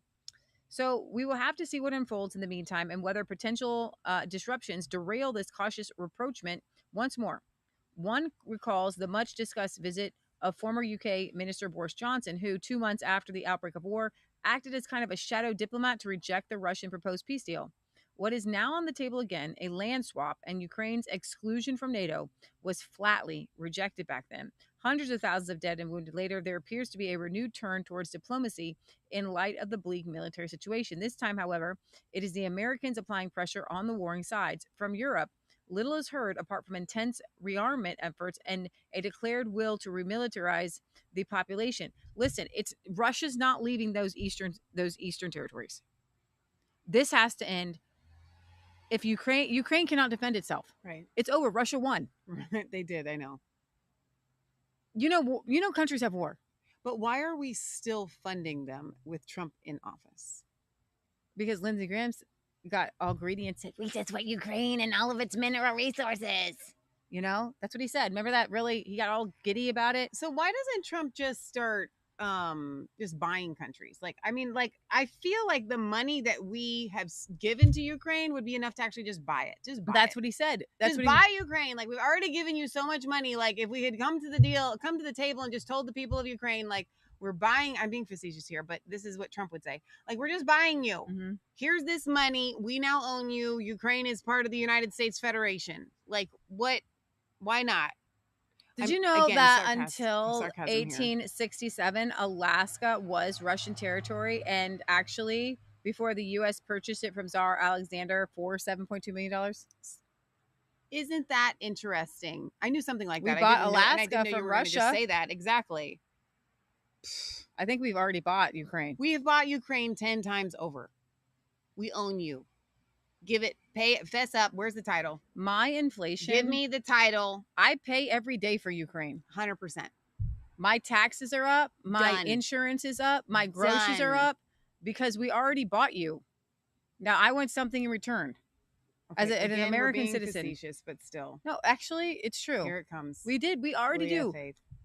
Where do you think this money comes from? I can't with you. I'm an American citizen. Are you an American citizen? This money comes from us. The inflation, all the things. We've already bought Ukraine. Okay? And you know what? But here's the problem. Okay. They have to become Ukrainian citizens, and then they're on a welfare. So I don't know. The American citizens. For the Ukraine talks, location signals that even deeply rooted geopolitical divides can be bridged through pragmatic agreements. At the same time, Alaska has strategic importance for the Arctic, whose trade routes and resources will likely be integrated into the future architecture of global power. By hosting the Russian president at such a spot, Trump fuses historical reconciliation with present-day power. What might look as a PR coup in the headlines is in reality a move at the highest level of geopolitics. By inviting Putin onto U.S. soil, Trump openly breaks with the prevailing doctrine of keeping Russia isolated. The ICC arrest warrant, the sanctions regime, years of carefully cultivated enemy imagery, all of it, should the meeting take place, would evaporate in significance with a single paragraph. The message: the rules the foreign policy establishment holds as untouchable are negotiable, not carved in stone, at least if the President of the United States decides so. Behind closed doors, the focus will likely be on redrawing spheres of influence, a possible Ukraine endgame in exchange for Russian concessions, energy, Arctic passage, perhaps even a gradual distancing from Beijing. For Trump, the meeting offers a chance to pull Russia, perhaps through trade, into America's geostrategic orbit. This will align with raw materials deal signed with Ukraine in April, granting the U.S. exclusive access to the country's rare earths, as well as certain oil and gas reserves. Listen, I need you to understand something. Here's our problem with all of this. All of this geopolitical moving, like America gets this and Russia gets this. Actually, for Russians, they do get it. But for Americans, again, Michelle, I don't own oil and gas reserves. Yeah. I have no business in getting rare earth minerals. Right. So when you say America made a deal with Ukraine for rare earth minerals, right, I am paying for that. Right. You're paying for that. You're paying for that. But I don't have a rare earth minerals use or a business on that. So I'm not getting any return on my investment. And so to say America is getting this is to say Lindsey Graham, who probably has an interest in businesses that profit off of rare earth minerals, and he's got this business over here that needs the minerals that are in Ukraine. 100%. So he's using war and leverage in war for his own his uses and then his donors' uses, right? If you can lobby the government so that this government will put pressure on an entire other country to get an entire, you live in New Mexico and you need trees. Yeah. So you put pressure on, like, you know, the forest in Kentucky, and so now you need their trees. Right. But I don't need their trees. I have trees. But you're making me pay for this war that's happening. This is what's happening right now. So we have to understand that none of this, when they're talking about geopolitical whatever nonsense, when we were talking about the Revolutionary War, that was real. That was a real thing between American citizens and Britain. This isn't real. This has nothing to do with us. It has everything to do with the political elite and the corporate elite. So whenever you hear like this is a good deal for America, I need you to unbrainwash yourself from that. right now in Jesus' name. Well, and you know what? It's actually worse than what you're saying, because the little guy in America does worse the better the big guy does. Absolutely. So if you're saying that America's going to get XYZ, what you mean is the big guy is going to get bigger, and the little guy is going to get littler. And so we actually it's bad for Americans. It's good for big American business. Bingo. Pause, commercial break. Sherry popped on, and I was going to wait and do a happy birthday for Red, because it's Red's birthday today. Happy birthday, Red. Red's been with us. His name was Redneck Survivalist years and years and years and years ago on our original YouTube. He's literally been with us since almost day one of Resistance Chicks, and he's our moderator over on the Resistance Chicks Church and regular Resistance Chicks YouTubes. And he says that today is his birthday. He's 48 years old. So happy birthday to Redneck Survivalist. I hope and pray that God blesses this next year for you. And then also, Sherry Kula popped on and says that it's Paisley's birthday today. Oh, wow. Happy birthday, Paisley. Happy birthday all around. We love hearing when it's your guys' birthdays, so please don't ever be shy to pop in the chat, and if I miss it, somebody can let me know. We always want to take time to wish you guys a happy birthday. Paisley is an amazing little woman of God, and I just pray that she has a wonderful birthday and next year of her life growing up in such an amazing godly household with Sherry and her husband. So happy birthday to Red, and happy birthday to little Paisley. Awesome. Michelle, could you bring this one up? This is the Zelensky here, where he is not happy, but I don't ever know if he's acting or not. He's an actor, so you never know when Zelensky is happy or not. Like, he's a liar. But I don't also know who's feeding him the lines at any given moment. And that doesn't mean that just because there's bad guys on one side doesn't mean that there's good guys on the other side. There can just be bad guys on both sides, right? Yeah. Oops, sorry. I know it's fine. We're all fine here. All right, here we go. Let me see. So he has something to say here on to the Ukrainian people about all of this. Українці, українки. Президент Трамп оголосив про підготовку своєї зустрічі з Путіним на Алясці. Дуже далеко від цієї війни, яка триває на нашій землі. Trump announced preparations for his meeting with Putin in Alaska. Very far from this war that continues on our land against our people, which cannot be ended without us, without Ukraine. Putin didn't believe in our people, so he made this hopeless decision to try to take over Ukraine. This was his main mistake, not taking into account the Ukrainians. I believe in our people, but Ukrainians are strong. Ukrainians defend their land, and many people in the world sided with Ukraine during the war. Let's get our even those who are with Russia know that it is doing evil. Okay, of course. The Ukrainian people deserve. Did you already read that part? Okay, here we go. The Ukrainian people deserve the intention, but all partners must understand what dignity is in peace. This war must end, and Russia must finish it. Russia started it, but it drags on without listening to any deadlines, and that's exactly the problem, and not something else. The answer to the Ukrainian territorial issue is already in the Constitution of Ukraine. No one will back down from this, and he won't be able to. Ukrainians will not give their land to the occupier. Retreat war is ready for real solutions that can bring peace. Any decisions that are against us, any solutions that do not involve Ukraine, they are also solutions against peace. They won't give anything. They are dead solutions. They will never work. And we all need a real living peace, which people will respect. We are ready to work with President Trump together with all our partners for the sake of reality. That's weird. And most importantly, lasting peace. A world that will not collapse because of Moscow's wishes.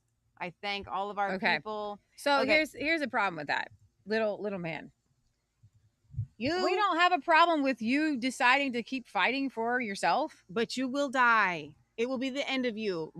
Ukraine will actually, I joke about Ukraine becoming American. Ukraine will just all become Russia. All of Ukraine will be annexed into Russia like that. Is that what you want? because like you can't fight without us. So yeah, decisions are being made without you because we funded all of your war, the whole thing. My gosh, this is unreal to me. I do probably need to read some comments. It's been a minute. So Stuart the Brit says, would have been better if Trump had met Putin in Iceland like Reagan, Thatcher, and the Soviets. That would be so cool. Alistair was given to America to hide the real payment proposed. Russian Navy helped you win the independence war by closing off the charlatans from the sea. Alaska, he says, I mean. Stuart says, mine is in a few days, old man or what? That's awesome. Happy early birthday, Stuart the Brit. Over on Facebook, Todd says, they used to be called aristocrats. Now they're called the elite, not highly favored by us commoners. And I need another yacht. That's really funny. Over on the other YouTube, CPR6 says, we bought Louisiana too. Let's see. Says, I live in a city of 25,000 in Montana. One day about 3 years ago, I walked into Safeway and there were about 50 or 60 men, all young men from Central America, walking around the aisles, looking disoriented. There were a couple of American women who were directing the whole thing. It's insane. That is really interesting. Why would you drop a bunch of migrants in Montana? That's such a great question. I have no idea. Over on Getter, Gotta Get Her Much says, Alaska is a perfect choice. Large military bases, controllable safe space, except from bears. Alaska loves Donald J. Trump. So that the Brazilian coffee that Trump put a 50% tariff on, is now being embraced by the Chinese. The Chinese are tea drinkers, right? Yeah, I know. But in order to make good relations, now they're switching to coffee. Stop it. Yeah, no kidding. The Chinese embassy in Brazil shared a video on Twitter that featured major food delivery company Meituan, I don't know how to say it. With the exchange goes both ways, Brazil is also strengthening its footprint in China with its popular coffee. China has this week granted export authorization of 183 additional Brazilian coffee companies. It's a lot of coffee companies, by the way.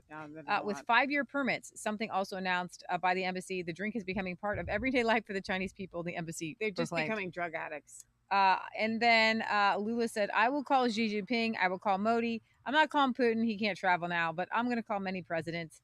The BRICS companies coming together to buy that coffee. The tariffs on there to punish Brazil for its witch hunt against Bolsonaro there. Michelle, I would like to bring up do I have it up? I don't know if I brought it up. Hopefully I did. There it is. The Mike Rowe video. Speaking of China, you don't die naturally in China, they say. You kind of schedule. What? It gets scheduled so they can take your organs, basically. No. Is that real? One Israeli patient scheduled his transplant in advance, flew to China, got a new heart, and returned home. People, you can't schedule a heart transplant. They don't have like heart sitting anywhere unless you go and have to kill somebody to get their heart. Okay. How many organs do you think are being harvested in this way from China?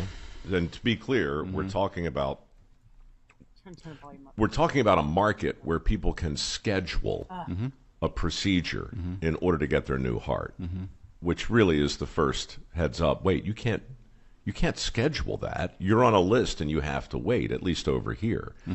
But for a few $100,000, you can go to China, you can schedule and set it up, and you get a heart. The situation you just described, Mike, Yaakov Levy, the head of the Israeli Transplant Association at the time, he had a patient. They have socialized medicine. They pay for people to get necessary work done outside of the country, right? Health related. So he said, look, I'm waiting for a heart, and I'm going to go, and they've scheduled it for me.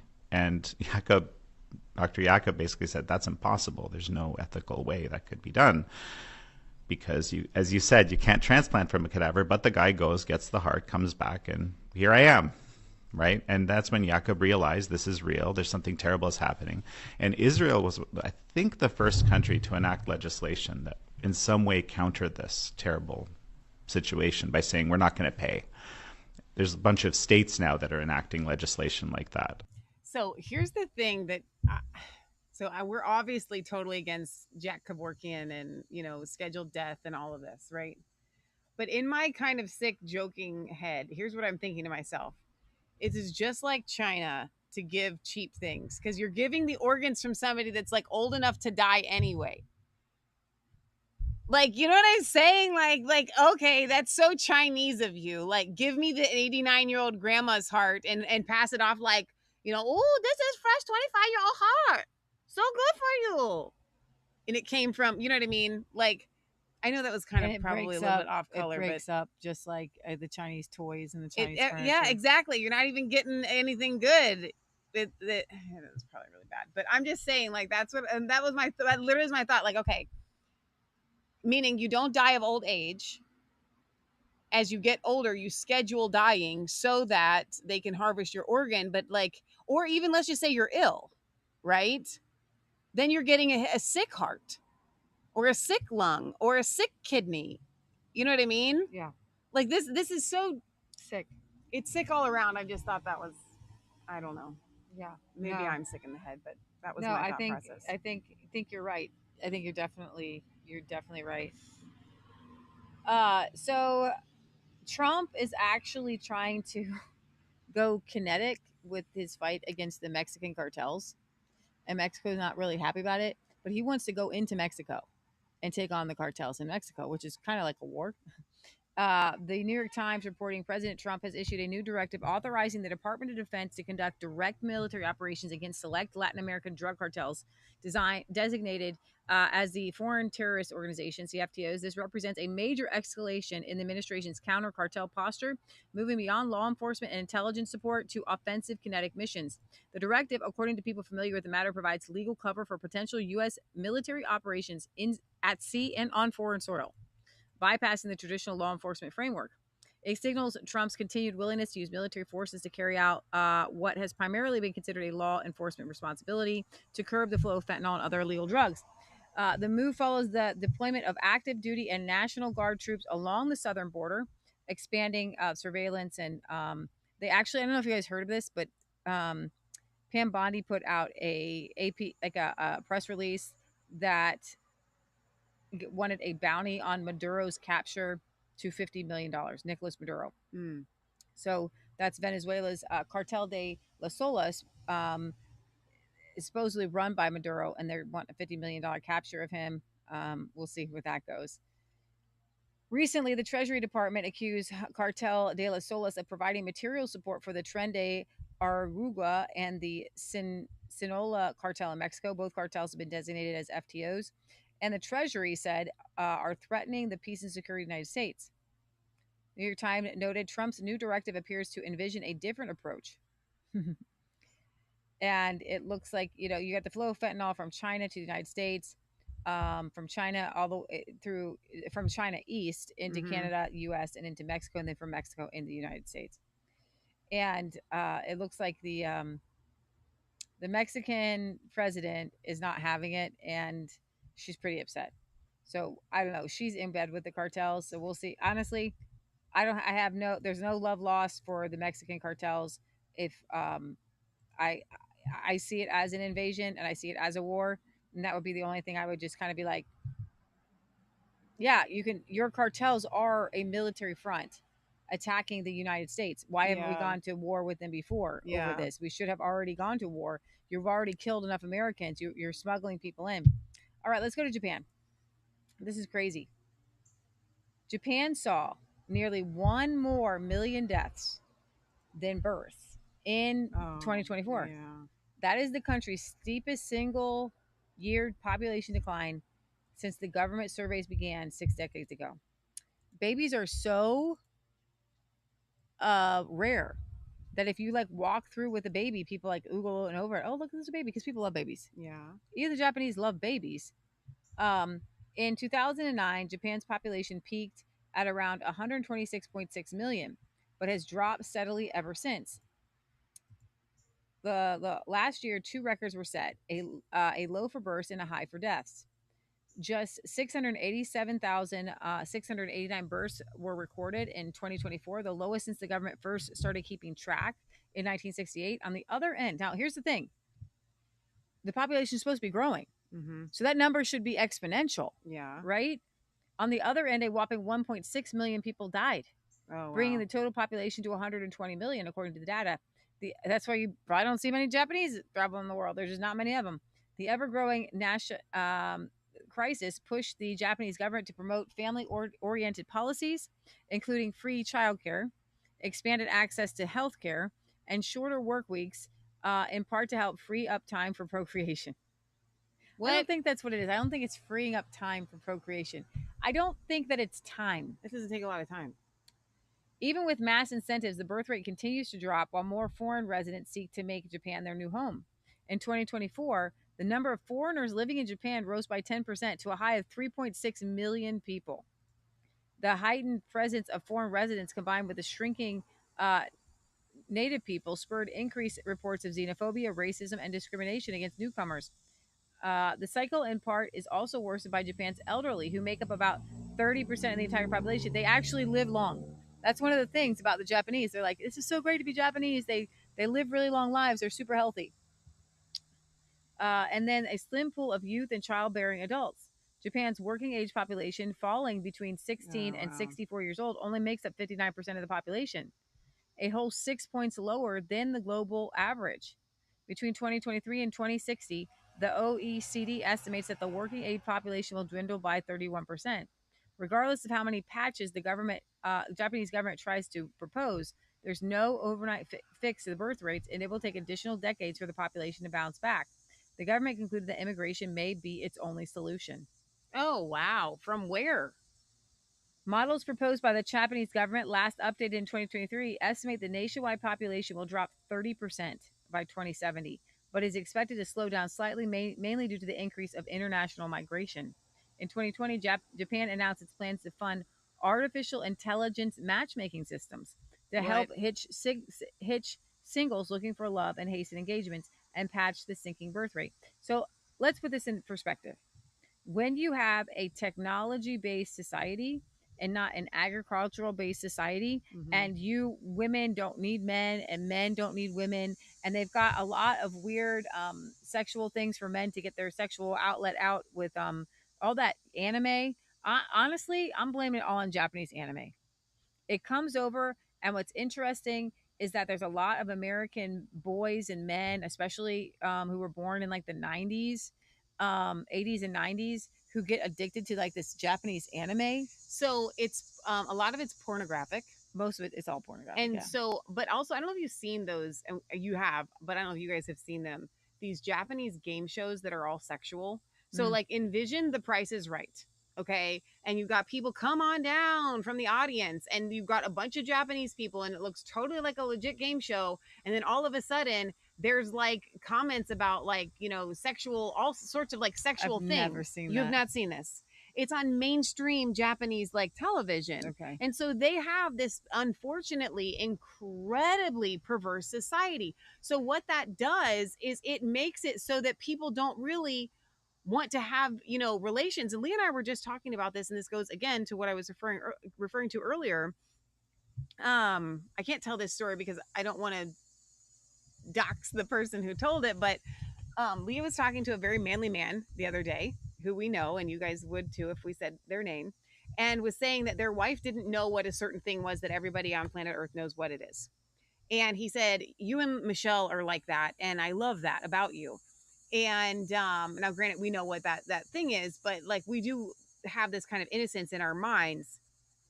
But then we got to talking about, okay, so if his wife doesn't even know what that is, then that means that has not entered into their marriage bed. And for a lot of you guys watching, that is like mind blowing. Like, I thought that everybody did that, or I thought that that was kind of like a normal thing. It's not a normal thing, because it used to be, we call it a homosexual act, because it used to be that the forbidden fruit was actually copulating with another person. Okay. Like that was the forbidden fruit.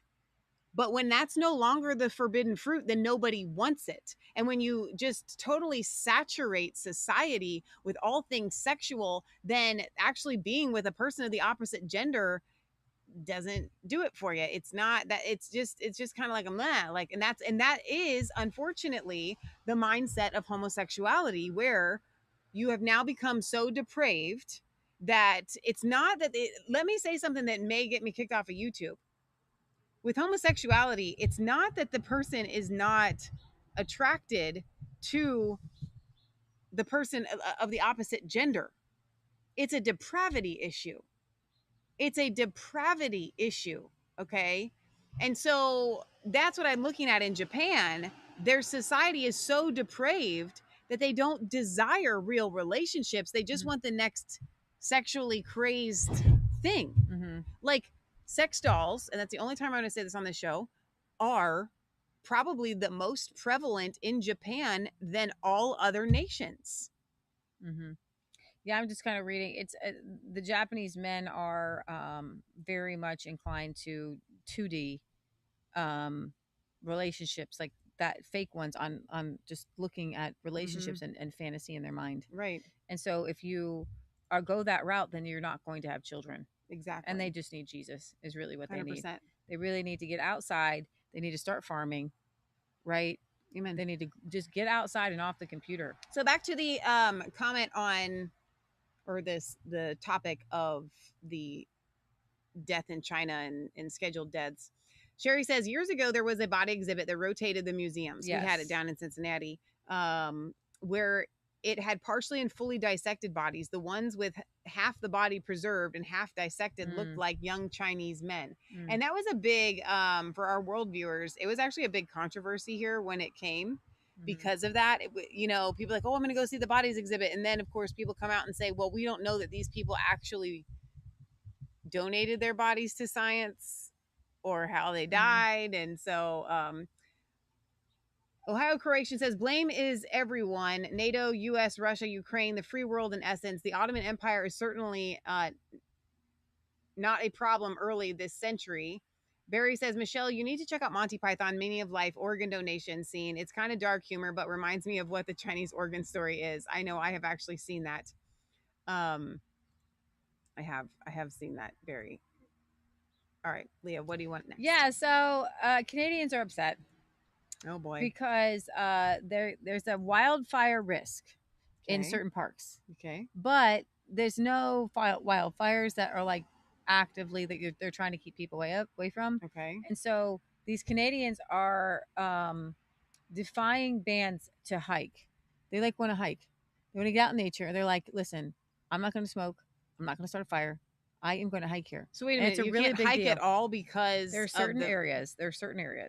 And it's a really big deal right now happening in Canada. So like Viva Frey says, just a reminder that the guy who just banned hiking, camping, and fishing in Nova Scotia forest used to live in Bermuda, lives next door to billionaires, and was identified in the Paradise Papers, which detailed prominent politicians holding offshore accounts for the purposes of tax evasion. Though Tim Houston in S was never linked to any malfeasance. Tim, did your billionaire Sobe neighbors ever thank you for the sole source government contract you granted them? And so he is, yeah, you can play that. Walking here with my kids in Nova Scotia, in the forest, looking at $125,000 fine for walking on this beautiful trail. We don't smoke. We're not going to light a fire. I don't think really anybody else is going to do that either who is a decent citizen. So I think it's bullshit that the government is trying to stop people from walking in the forest. Hey kids, what are we? Free! That's right, we're free. Greatest dad ever. Hey, literally, that's a good dad right there. So New Brunswick just followed Nova Scotia's lead and banned people from entering Crown's lands in an attempt to prevent fires. As someone who spends a lot of time hiking on land that my taxes pay for, I can't think of a single thing I've done that has the slightest chance of starting a fire. This is authoritarian government overreach, pure and simple. They saw how easily they could control people during the coronavirus lockdowns, and they will continue to abuse that power with every excuse they can think of. Liberal government in New Brunswick or conservative in Nova Scotia, it doesn't matter the party. They just want control over you and me. We need to push back, get out, get in nature, It really does have amazing health benefits. Says the New Brunswick government has asked all New Brunswickers to stay out of the woods. The order applies for all forested crown land, but private landowners are requested to follow the same rules and keep everyone safe. Stay out of the woods. Stay out of the woods. Even on your own private land? It says, I'm hearing that Canadians across the country who feel fearful and alienated by the recent hiking, fishing, and camping bans, along with the fines and tip line. There's a tip line. If you see someone hiking, call. Karen. They're just turning. And I all love the Karens. Don't take it personally. We're seeing in provinces like Nova Scotia and New Brunswick, especially rural folks who forage and interact with the land daily. While the government says this is to prevent forest fires, the approach has left many feeling discouraged, disconnected, and wondering if there's a bigger purpose at play. Of course, there's a bigger purpose at play. They want to keep you depressed. They want to keep you like, their goal is. Okay, so I would like to, can I take my own commercial break? Yeah. Okay. Michelle's commercial break. I was, Leah sends me everything that we need to do the shows ahead of time. So she sends me this screenshot of Donald Trump. Was it the Putin thing? I think it was the Putin thing. He has been ending almost every single stupid post with "thank you for your attention to this matter." I am not going to lie, Leah. Every single futuristic Armageddon government overreach movie has the lady on the loudspeaker where we're all in white jumpsuits with lunch cafeteria trays in the end of the world scenario. And the lady comes on the loudspeaker and she's like, "Today there will only be peas. I am sorry for this inconvenience. There will not be any eggs on your plate today. Thank you for your attention to this matter. You may now resume your walk about the cafeteria. Remember, stay 6 feet apart to stay safe always. Thank you for your attention to this matter." We are being brainwashed by our president to be ready to be ushered into some sort of end of the world scenario where all of a sudden there will be like things that fly through the neighborhood like they do in China. You know what I mean? Make sure you don't come out of your homes. President Trump says today is not a safe day to leave your house. Thank you for your attention to this matter. Am I the only one that is just completely disturbed by the fact that he keeps doing that? Like, you go to the grocery store. "You will not be able to purchase milk today. You have exceeded your milk purchase. Thank you for your attention to this matter." You're not allowed in the woods until October. We are becoming an authoritarian dictatorship world. You're not even allowed to let others into your woods if you own woods. I have a couple if you go to my ex Twitter. I can't. If you that's could, insane. Well, I can go to your ex and then I'll have to actually grab the tweet itself. Okay, that's fine. There's two, but like, this is weird. Don't go into your own woods. Like, I feel like what are like they doing? This is Bigfoot out there. Do you remember that movie, The Village, with Joaquin Phoenix? I do. The creepiest. So, Canada ban being in nature is worse than the COVID restrictions. I've never thought I'd see the day when hiking or even camping on your own property would be a form of rebellion. Hiking, camping, and fishing, and the use of vehicles in the woods. And here's the thing: it doesn't say like this particular area over here. It just says the woods. It just says the woods. What are like, yeah. Like, what do you mean the woods? All of Nova Scotia? A leisurely walk in the woods is no longer allowed in Nova Scotia, and it may not be for the rest of the summer. Effective 4 p.m. today, we're telling Nova Scotians, stay out of the woods. Nova Scotia's premier announced today a ban on activities in the forest because of extreme dry conditions and the risk of wildfires. Hiking, camping, fishing, and the use of vehicles in the woods are not permitted. Trail systems through woods are off limits. At these walking trails in the heart of Sydney, some agreed with the move while others didn't. As long as you're not starting a fire or smoking, you know, that kind of thing, you should be able to walk there. It kind of sucks for the campers and anybody out tenting, but it's probably necessary. At these wooded trails in Coxeath, the entrance is blocked off. The people who run the trails say while they understand the province's move, it's also unfortunate. So there's some expansions and upgrades that we had hoped to finish this summer that, depending on how long this goes, it will be slowed down.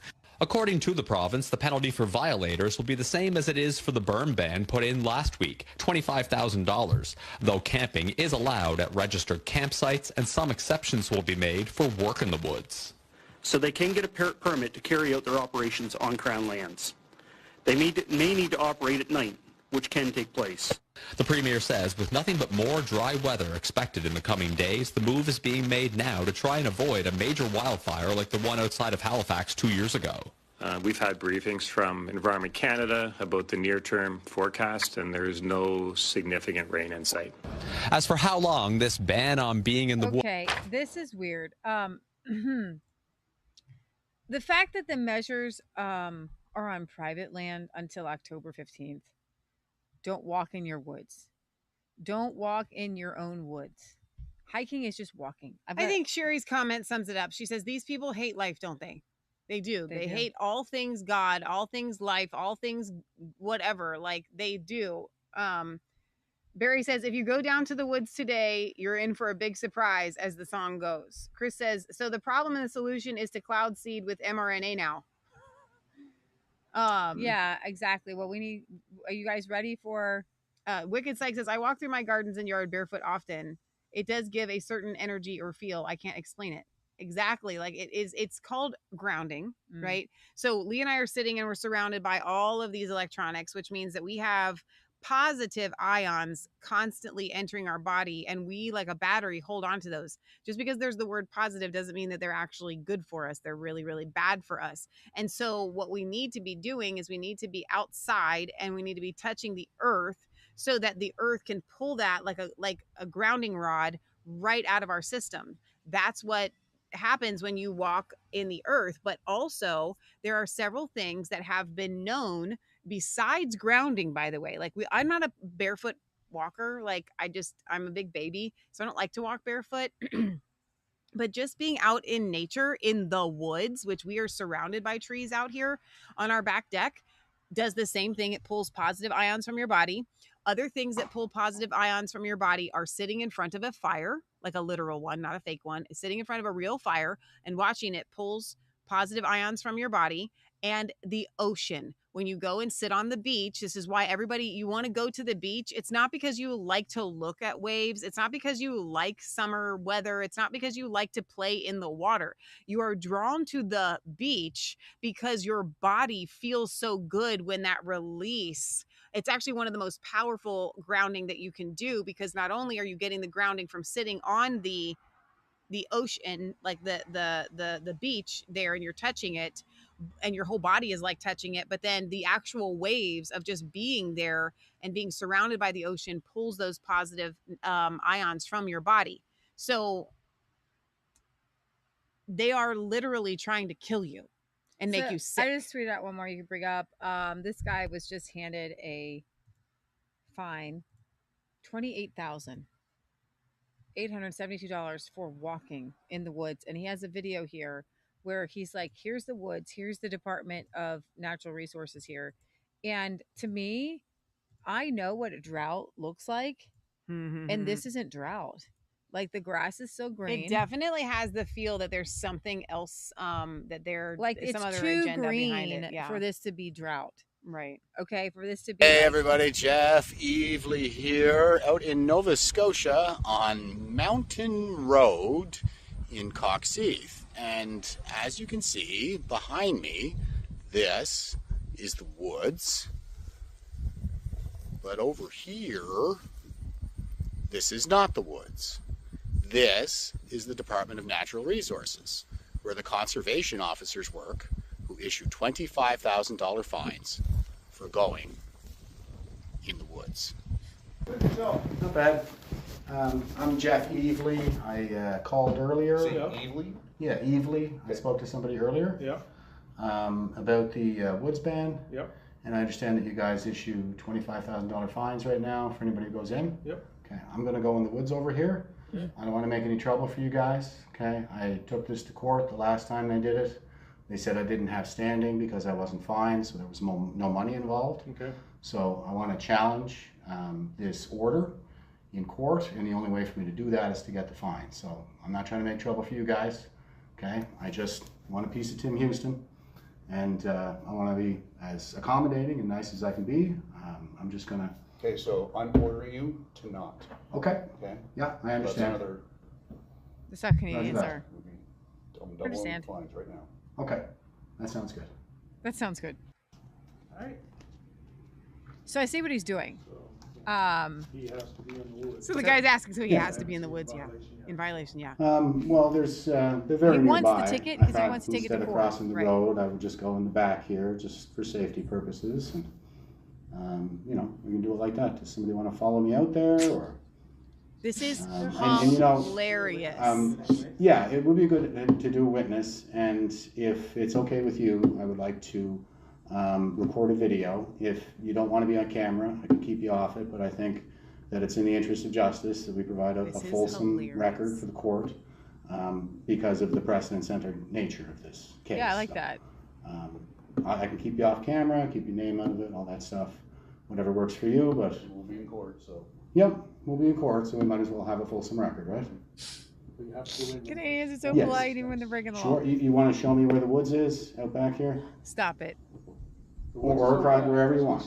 We still. You want to show me where the woods are so I can break the understand. law? You're so you can read my ticket. He just ordered me. He said he's going to double It's my not fine. really a law. It's a Yeah. random I'm regulation, going to right? defy that order, nothing personal. Okay, so whatever It's an happens order, after not a we law. leave here. Yeah. Their parliament has to pass laws. Nothing So it's not a personal. law. Right? Okay. We got that. Okay. So, one more time, this is the DNR office on Mountain Road in Coxheath, Nova Scotia, and this is not the woods. But back here, this is the woods. So, I have a couple of conservation officers with me right now who are not on camera but have advised me that if I go into the woods, if I defy their orders to go into the woods, then I will be fined, and they also said that they would double my fine to $50,000. Oh, so wow. I'm going to They walk can do down that? here and go into these Randomly woods. double the fine? I don't know that there's a good spot to do this, but Leah. I'm just going to make this as painless as I can for those guys and go in here. Leah, there's no way to go into the woods. What am I even watching? And they have me on camera as well, walking in the woods. He's laughing. All right, isn't this great? And maybe there's an easier way out of here than I came in. Let's try this.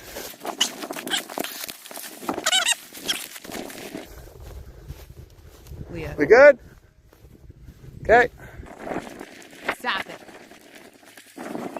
Okay. And I didn't ask, but did you write the ticket already, or? No, we'll meet you back out front. Back out front at the reception desk there? Okay, if I bring my camera, keep you guys off it? Yep. Okay. Except I'll for his see you in there, sunglasses. guys. He's wearing Thank those you. mirror sunglasses on purpose. Such a smart guy. This is not the woods. Hi. I was just out back with the three gentlemen there. They said they would meet me back in here, so.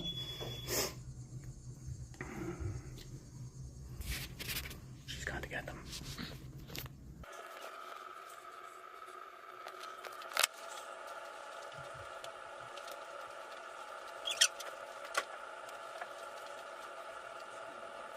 I'm not leaving out my ticket, man. So the order would have to go long form and Okay. put us off months in advance for court times. So if we just do a SOT for entering the woods without forest travel permit when proclamation is effect, you have a court plea date. Your due date is the 12th of September. So it's a lot quicker, just the ticket. So Okay, yeah, that makes sense. So this you is... want to go that to make it quicker. Okay, so this is an SOT, and that is for summons to accused. What is this? Summary offense ticket for today's date. Your information, Forest Act 25 sub 1. Fine is $28,872.50. Okay, I thought it was 25,000. It's 28,870. With court costs, victim fees, taxes. Victim fees. Okay, sounds good. All right, thanks very much, gentlemen. I appreciate your courteous approach. Nice chatting with you. All right, take care. Oh, this is still not the woods. So here we go. Oh, I have a ticket here for, let's see if we can see that, $28,870.50 for victimizing somebody. Okay, so more to follow. I gotta follow that guy. Oh my gosh, I have to see what happens. We are going to keep you guys apprised. His thing isn't until September 12th, so it's a month away. He is of course he is. This guy is a retired Canadian veteran, Afghanistan, Iraq, People's Party of Canada candidate. It's obviously really good publicity for somebody who's running for office, right? And yeah, so I hope he gets. You can get involved. You can donate if you're Canadian to him to run for office. He enlisted in 2001 as an electronic communication specialist and dedicated 20 years to serving his country. He deployed to Afghanistan, Iraq, and served with NORAD, defending North American airspace, and completed the 100th annual 4-day marches in the Netherlands in 2016. He's involved in coaching and community outreach. And so, yeah, I think that we need more men like him to stand up. And then the purpose of that, if you didn't understand, was to stop it from happening, but you have to have standing to go to court to challenge this order, which is what they were doing with a lot of the COVID vaccine mandates. And they were winning once you actually got to court. So Lee, let me ask you this. How is it different issuing a law or whatever, a restriction that you can't start a fire, that you can't smoke? Like, how is that different than issuing you can't go into the woods at all? Either way, it requires the people to obey them. So, like the person that's going to smoke, it might go into the person that's going to obey a smoking ban, or the person that's going to, disobey a fire ban, is also the same kind of person that's going to disobey the going into the woods and doing it anyway ban.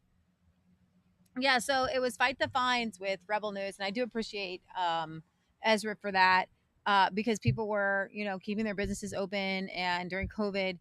So this is a totalitarian lockdown measures just to see, what natural disaster can we use to try to get control of people? Right, exactly. So that's the show, by the way. That's the end of my show. So Heather says, yes, Michelle, we are being prepared. And she says, into the woods. Ballistic Mystic says, so the falling trees don't make a sound. Oh, actually, do have one more clip. Okay. So in Poland, the newly sworn president of Poland, Karol Nawrocki, my Poland is a Poland without illegal migrants. It is a Poland where instead of immigration centers, there are deportation centers for those who want to destroy our safety. So there was a huge election there, and this is the newly sworn in president of Poland. And if we had put that in the title, we might have gotten more Polish people. They love us. I forgot to put this in the Polish Poland elections here. I probably should have done that. It's fine. Here we go. I love our Polish viewers. They are so Polishly patriotic. Polska jest Polską bez nielegalnych migrantów. Tak, jest Polską bez nielegalnych migrantów. Wait, let me pause them and see if I can turn the volume down a little bit. My Poland, you want me to read over here? Yeah, but you can't read the volume down. No, I can now. You want to hear some of it though, because it's passionate.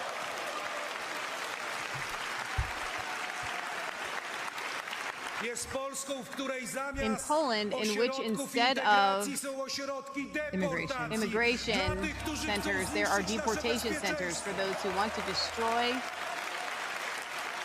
This is a very big rally.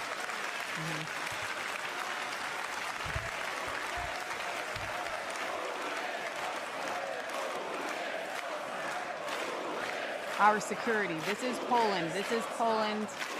This is Poland. I guess that's what they're chanting. Poland here, there's Poland here, there's Poland here. It's a good little chant. I'm feeling it. That's a giant rally. That's like a Trump level rally. Like for the podcast listeners, like that's literally top level. That looks super fun. That's awesome. Yeah, so he's super Catholic. And I guess there are many others. I think I got one where he's defeating a young man with knuckle push-ups. He's an intense dude, I guess. People are. He's an intense. He's intense. He's intense. Here's the deal. Guys, he's a former heavyweight boxing champion. You want me to put that in the and historian. Oh wow. I don't know. No, it's fine. Can you just? You can't. I can't just do a search. I don't think on Twitter and scroll down the page. You can't just go to X. I don't know. And scroll down. I bet you could. So and put in his name. Let's try this. Nope. You have to leave it. Go to the main screen. Okay. Sign in. I can't sign in. It's separate from XSplit, unfortunately. Oh, okay. Never mind. So, then you can't search then. I know, but I could find a post to show them a picture, and I could share that. But in Poland, like they don't mess around. I feel like they're one of the last places where real manly men live. I mean, I can just scroll down his feed. Here we go. That I can do. Okay, let's do that. Oh my gosh. What? People looks okay. I know you're like age. You are an ageist. Well, you're not. She's not really. She just is a bad judge of what but ages like, are. He's born the same year you were. He's my age. He does not look your age to me. I'm sorry. I'm not going to say anything on that. I just was a little shocked there. There he is. I don't know. I guess he looks like he could be my age. It just does not. But okay. He's a man. He's a manly man. We're getting older. I know. And you need to be okay with that. Like, I don't know what to tell you. Obviously, he's a big Trump supporter. Oh, yeah. Look at that picture. He totally looks like he could be my age, for sure. Yeah. Okay. Well, you were looking at him from far away. This picture. No, like I think you've got it wrong. But that picture does age him. Maybe he they did it on meet purpose. Trump in early September. Leah's not an ageist. I was being sarcastic because that comment had been made. And we're not. Right-wing Karol Nawrocki, representing the opposition PIS camp, was inaugurated Wednesday as Poland's new president. Thousands showed up in Warsaw Center to celebrate the start of Nawrocki's term in office, which will last 5 years. On his way to the presidential palace, he stopped at length to shake hands with those in the audience. 42 years old, who did not have a political career before being picked to run by the PSI leader Kaczynski, who won 50.9% of the votes in June's runoff election. In his address to Parliament, Nawrocki, I'm probably not saying that right, Nawrocki maybe, depicted himself as a president who would first and foremost serve the people, while striking a combative tone in relation to the current coalition government. Since coming to power in 2023, Donald Tusk's government has prioritized reversing. So I guess Donald Tusk must be prime minister and this guy's president. I don't know how that works, guys. It's weird to me.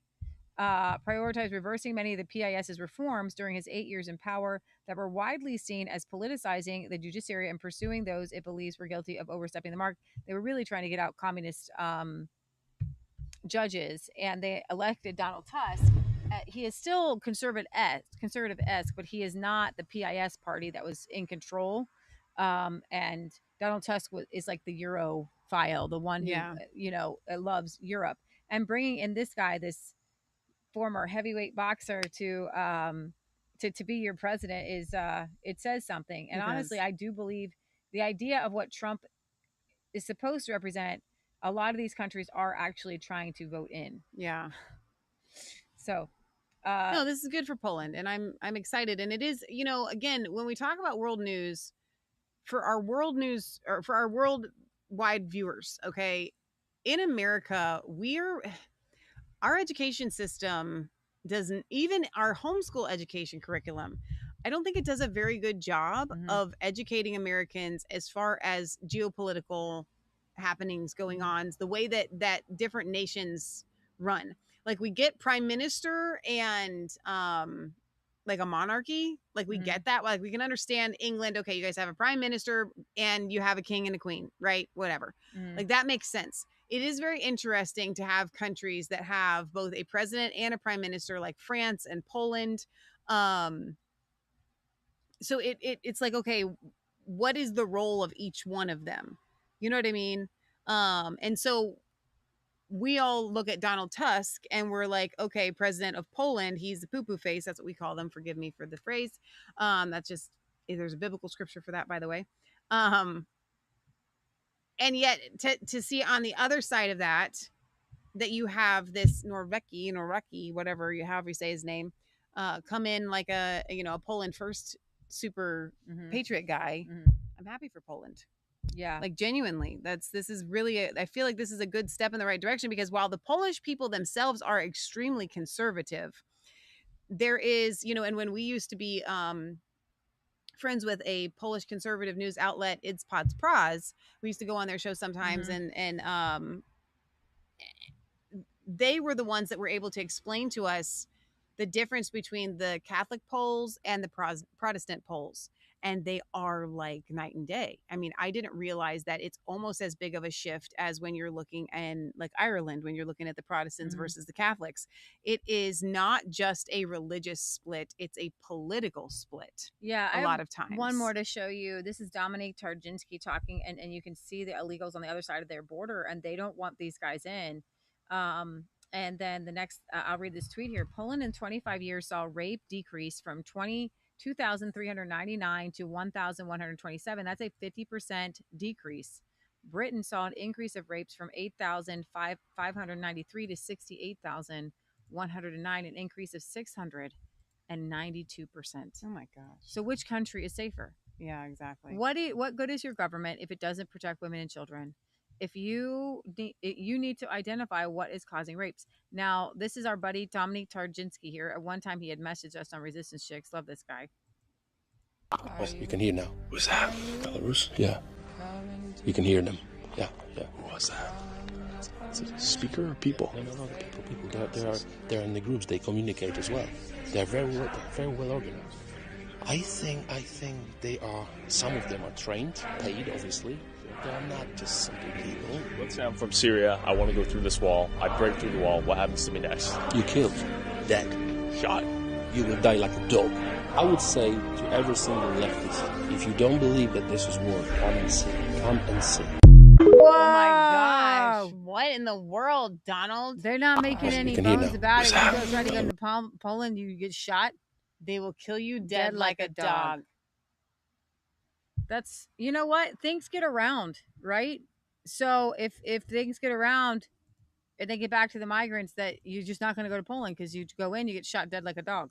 Exactly. So they'll find other European countries to go to. And that is as it should be, because I keep going back to, we just aired, re-aired our documentary, Alfred Kinsey and the Monsters of America. And it used to be that pedophilia was a capital offense. You could be killed for touching a little child inappropriately. And you know what it did? It curbed people from doing that.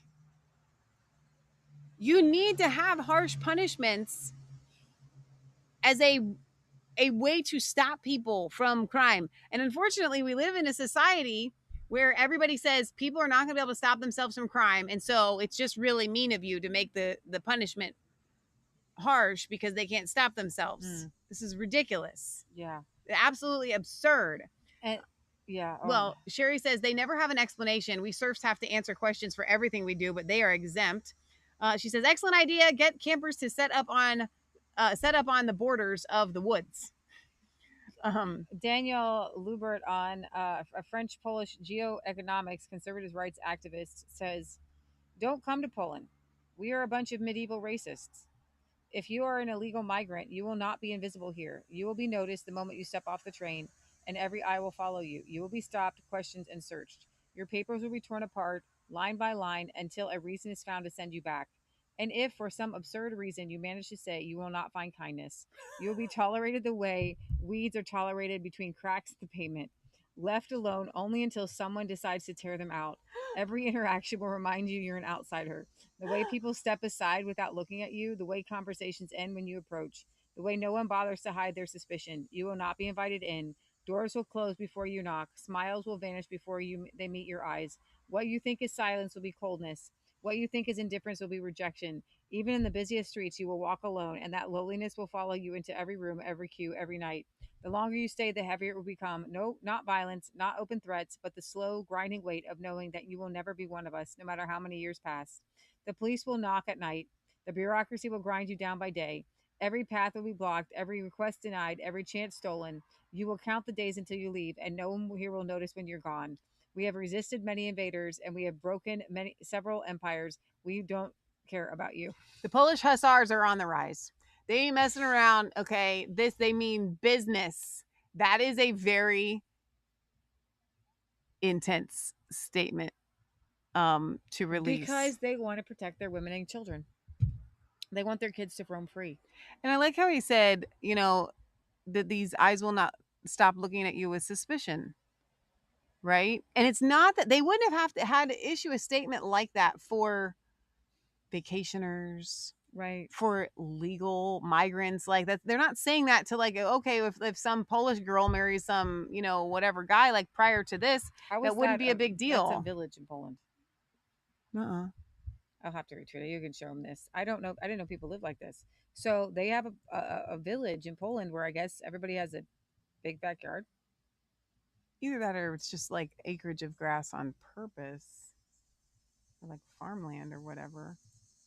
So now I'm back at that. I want to go visit Poland because we were there. Like we weren't in Poland. We were at the idea that we wanted to visit Poland when we became famous in Poland for some news coverage that we did. And I ended up with 1,000 friend requests from Polish people. Yeah.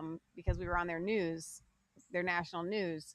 And they kept saying, come and visit Poland, come and visit Poland. Poland will love the Resistance Chicks. And they want us to come on November 11th where they do their national march every year.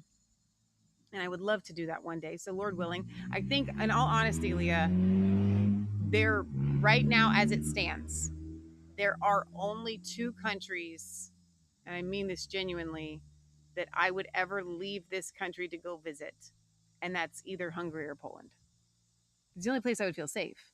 I would not feel safe going to any other country in the world. I would love to visit Bukele in El Salvador. Okay, that one, you're right. That's true. But I would I feel don't safe know going how I to would El get there. Salvador. It is still pretty dangerous. It's honestly, I would say But yeah, El how do you Salvador get is still there? dangerous. Yeah. Because they got mostly everybody off of the streets, but Poland is incredibly safe. Like Right. it's like no crime. But you know what else that Poland and Hungary have? What? They have culture and beauty. Yeah. Like that picture that we just Mhm. showed. Like they still have beauty there. Yeah. They're not like, I can guarantee you if you go to Poland, there's not a Pier 1 on every corner. There's not Right. a Buc-ee's. And I know you guys love Buc-ee's, but like there's not a Buc-ee's on every highway. Like if you travel the interstates of America, I was shocked the last time we traveled on the interstate. I don't remember what event it was for. And I was just so sickened because every town in America now looks the same. Even there's next to no small town feel left anywhere. And if you have to like travel to get there, it used to be that there were small towns right off the exit and you could drive through town and maybe you saw, you know, maybe they had a McDonald's and that was like the most modern thing that they had. But now literally every town that you pass on the interstate looks identical and they all have the same stuff. Every single one of them. But in Poland and in Hungary, they probably still have mom and pop restaurants everywhere. They probably still have like mom and pop businesses everywhere. They still have their cultural beauty. And America just looks like construction and just gross. Like we have nothing beautiful left unless you go to like our like national parks or something. Yeah. Like it's just sad. Everything is just built up and everything, like it's the Industrial Revolution has not looked favorably on America. No, that's true. This guy says, Daniel Fubert says, you don't need therapy. You need to come to Poland. Come to a country where children play outside without fear, where cities are clean, trains are run on time, and people still say good morning. A country that remembers what Europe used to be, orderly, proud, rooted. Poland didn't outsource its culture. We didn't dismantle our identity. We modernized without erasing. You will find cafes, highways, skyscrapers, but also churches full on Sunday. This is not nostalgia. It's the present tense. Poland is what Europe was supposed to become and forgot. Come see for yourself. You don't need healing. You need normality. And we still have it. We don't pretend problems don't exist. And we haven't legalized complete dysfunction yet. That's awesome.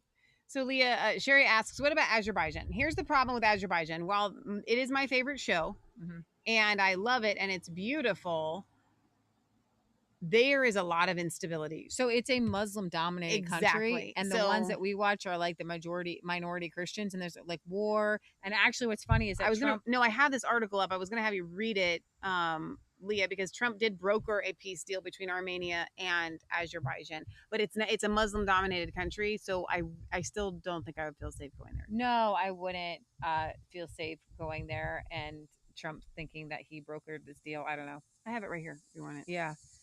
President Trump will host the leaders of Armenia and Azerbaijan on August 8th, or they did, and they signed a joint declaration ending 4 decades of hostility between the two nations. The accord also launches the Trump Route, a new transport corridor aimed at unlocking the region's commercial potential. By locking in this path to peace, we are unlocking the great potential of the South Caucasus region in trade, transit, and energy flows. Trump also signed bilateral agreements with both countries that span energy, technology, economic cooperation. Yeah, I'm not really getting into the weeds of it with Trump here, but the two nations have engaged in cross-border conflicts since the late 1980s, and there was there's the Armenian genocide that happened and killed all these Christians, and there's some Christians in Azerbaijan, and so it's not a very safe region. Yeah, exactly. So Sherry says Ohio is construction. I just drove through it again. Barry says you'd be safe in Wales. The only offensive stuff here are the sheep and the Arabs. Here's the thing. I don't know that you can fly right into Wales. And I don't know that the UK wants Leah and I to come. So I don't know what to tell you. Ohio Croatian says Croatia extremely similar to our close friends and ancestral home of Poland, 100 to 70 AD, and home of Hungary too, going back several hundred years ago. You're right. Croatia probably is somewhat, similar to there. So I will take your word for it. I don't plan on leaving the country anytime soon. I don't even have a valid passport anymore. Mine expired. So I wouldn't be able to leave. Arabs. Okay. That's what Barry says. I would not be able to leave even if I wanted to. I'm stuck here. Especially since I don't want to get that passport that has the digital thingy. You know what our Amish friends did? They had friends put them in the microwave to fry the chip. I know. Right. So if the chip doesn't work, it doesn't work. What are you going to do? You know what I'm saying?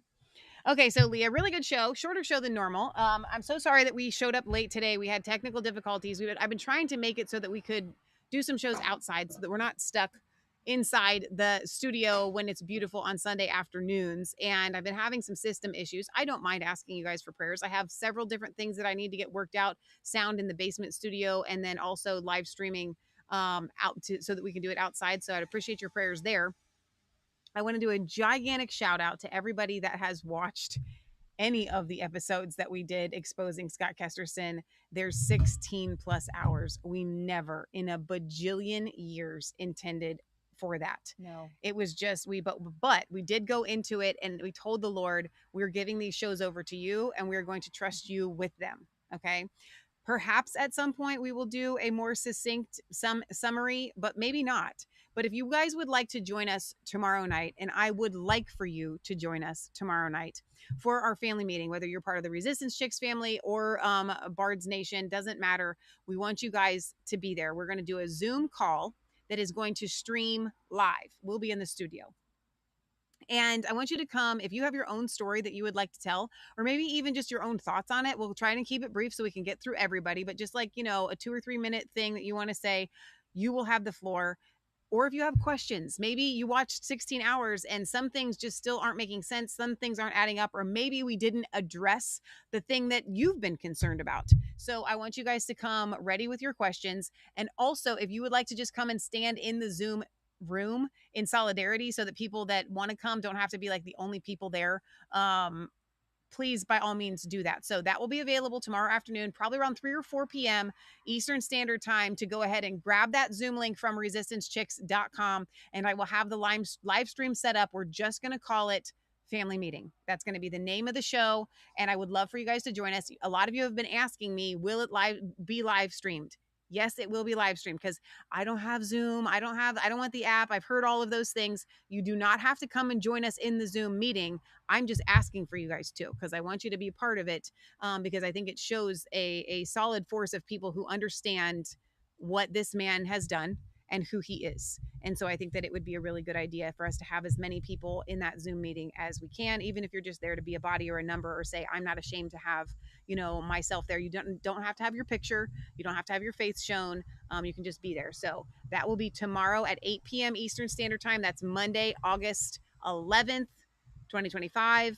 Come and join us. The Zoom link will be available on resistancechicks.com under the Family Meeting banner. I may go ahead, if you miss that for some reason, we might toss it in the live chat once we're actually live, and you'll still be able to come in and join us. I don't want to make it difficult. The reason why we're not just publicly going to put the Zoom link out there is because we've done that in the past and we got spammed in our Zoom meeting, which was very, very weird. So please come and join us tomorrow night. Like I said, if you missed Alfred Kinsey and the Monsters of America and you missed the premiere and being part of us and the live chat and all the 9 yards, that's okay. But I still would like for you guys to watch it and let me know what you think. When it ended, Rhonda Miller, who is our feature guest in the film, texted. And she said, thank you so much again for doing this and for read it exactly. She says, it's by far the best thing that I have seen exposing all of this. And I can't thank you enough for allowing me to be a part of it. Love you, ladies. When I watched it back, because I did watch it with you guys, I didn't step away. I didn't tune out. Well, Uncle Jack was out here talking to me for a while, but I just can't get over how good it is. And I mean that. And I don't mean that as far as Leah and Michelle have done anything. It's all glory to God, but it's a really like top quality production. And I'm humbled that Leah and that God allowed us to do it. So I would like for you guys to watch it and let us know what you think. Sherry says, my oldest son's birthday is tomorrow. A lot of birthdays going around. Happy early birthday to your son, Sherry. That's awesome. Okay. So before we sign off, I have a special request to make from anybody that is getting ready or needs to order deodorant from Resistance Chicks. I actually want you to go ahead and order the deodorant from Resistance Chicks, and here's why. Because I need Leah to make some. And she has a lot of priorities in life, and making the deodorant isn't up there because I still have 1 stick left. So if 2 of you order, then the priority level of Leah making the deodorant goes up. Do you understand what I'm just saying there? It like I have literally 1 stick of deodorant left that I can sell. So I need Leah to make us deodorant, and I have a sneaking suspicion it's not going to happen until I'm out of deodorants. So if you want to go to, if it's like, oh yeah, I've been meaning to order deodorant, go ahead and order it so that I can get Leah to make some new deodorant. It is by far the best deodorant out there. Everybody loves it. You guys are amazing in your responses of all the different things that you have been using it for. Bug bites, sunblock, poison ivy, not stinking anymore. I love it. Now, just as a little inside baseball, like Leah said, I take it, okay, and I rub it in, right? It's a rub in thing. It comes on a stick. I hope it doesn't bother you. It's best to really rub it into your skin like you would a lotion. It's like a nutrient. So the difference between our deodorant that your body eats, because it's like, oh, look, food that can come into my skin, versus like a Degree or, whatever men's deodorant is out there, Axe, you name it. It's gender neutral deodorant. It's designed to just sit on, it's designed to be chemicals. It's bad for your body well for us to sit outside of your skin. And it's just gross, right? Deodorant, I mean, in general, like store-bought deodorant. Whereas our deodorant is designed to be absorbed into your skin and for your skin to go, like that.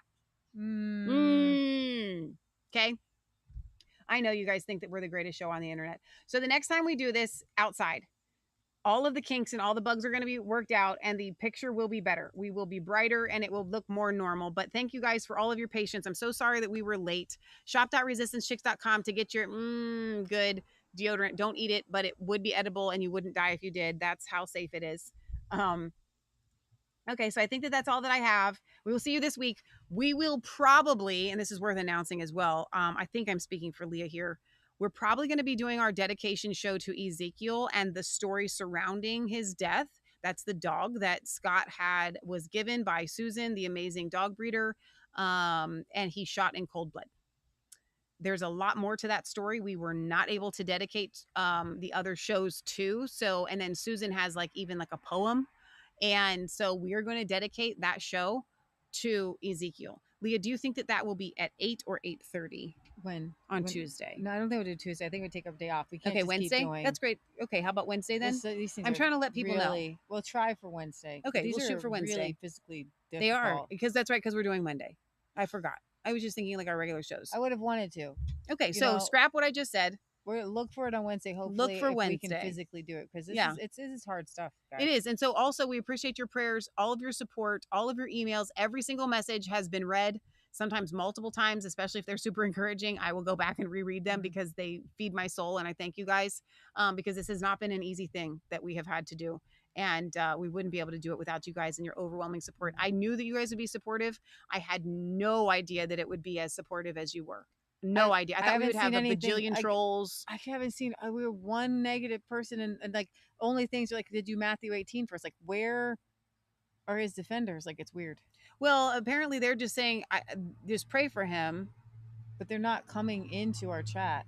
No, but what's really interesting is that there are a ton of people that don't watch our show that are watching this and going, I didn't know. Thank you. That's all I've gotten. I didn't I'm know. Shocked. Thank you for doing this. But you know what else they say? I had suspicions for a really long time. Yeah, and a lot of red flags. Michelle stopped talking to Scott in January. And the amount of people that have said, I stopped listening in January. What does that tell you? Well, so there's several dates that I get. There's the January date where people say, like, I literally couldn't, it was like in January, something shifted in him and I couldn't listen. Well, that's when I stopped talking to him and feeding him his shows and all the God stuff. And then people say, then there was something really, really drastic that shifted in April and he became more violent and vulgar. And that was when I was actually supposed to or scheduled to come back. And when he probably got the wake up call that, oh shoot, I've lost her. And that's when the mask came off and he just decided, forget it. I'm not going to be that con man that I've been, that role that I took on. I'm just not even going to try anymore. It's too exhausting. I don't want to be it anymore. And then, and so people have already been leaving him. His numbers, I'm sure, have been falling just because of that, not because of our show. Although I know they're drastically falling because of our show, but people were already leaving anyway because they just couldn't stand the vulgarity and the violence. And a lot of talking about, pedophiles and things like that. So thank you guys so much for just being a part of the Resistance Chicks family. Thank you to all of our donors, by the way. You guys are amazing. There's several ways that you can do that. A lot of you have become subscribers on Rumble. They give an option to do like a $5 a month thing. And then you get like a little, I think a whale or something next to your name. So like a $5 a month supporter over on Rumble. You guys are awesome. Thank you for that. PayPal still works, but I know a lot of you guys don't like PayPal. So a lot of the PayPal donors that we had have moved over to our donation site on shop.resistancechicks.com. So if you guys would like, you can become a monthly donor there. The reason why I'm calling this out is because I am humbled by you guys. And every time something comes in, even if it's just like a $10 donation or a $5 donation with like a little note, thank you. And like I said, even the notes, like even the comments, like you guys mean so much to us. So I can't thank you enough. So I want to acknowledge those of you that have just said, you know what, I want to support you guys. And I don't want to leave that unacknowledged because it really does mean a lot. Your hard-earned money is like, I do not take that for granted. We're not those people. I don't just go, oh, wow, well, you owe me because we do this show or whatever. Like, I don't think that way at all. I just think, wow, that's a huge sacrifice. So thank you. That's a really big deal. So I want to take a moment to just thank those of you that, have chosen to be contributors because it really does. It really, really does help, especially when I have to buy new tech. Like I had to buy a whole new sound system when we got rid of Scott's stuff, which I'm still working on getting the kinks worked out on that. So, all right, we will see you guys tomorrow night, family meeting, 8 p.m. Eastern Standard Time. Link will be on resistancechicks.com around 3 or 4 tomorrow. I will be emailing that out. So if you are already signed up for emails, you should get that. I have sent several emails over the last 2 weeks. If you think that you are signed up for our emails and you are not getting those emails, please shoot me an email so we can get that worked out and I can figure out what's going on. So, all right, we love you. God loves you. God bless. Remember, it's not just a conspiracy theory if it's actually the truth. Leah, thanks for a great show. Thank you, God, for outside, no rain and no wind, and we were able to do our show even in the midst of technical difficulties. And I pray that you guys have a wonderful rest of your weekend. And congratulations to Sherry, who became a grandmother again this past week. And she's been sending us pictures of her grandbaby. And I'm just super excited for her and their family. So, and happy birthdays all around again. We love you guys. God loves you. God bless.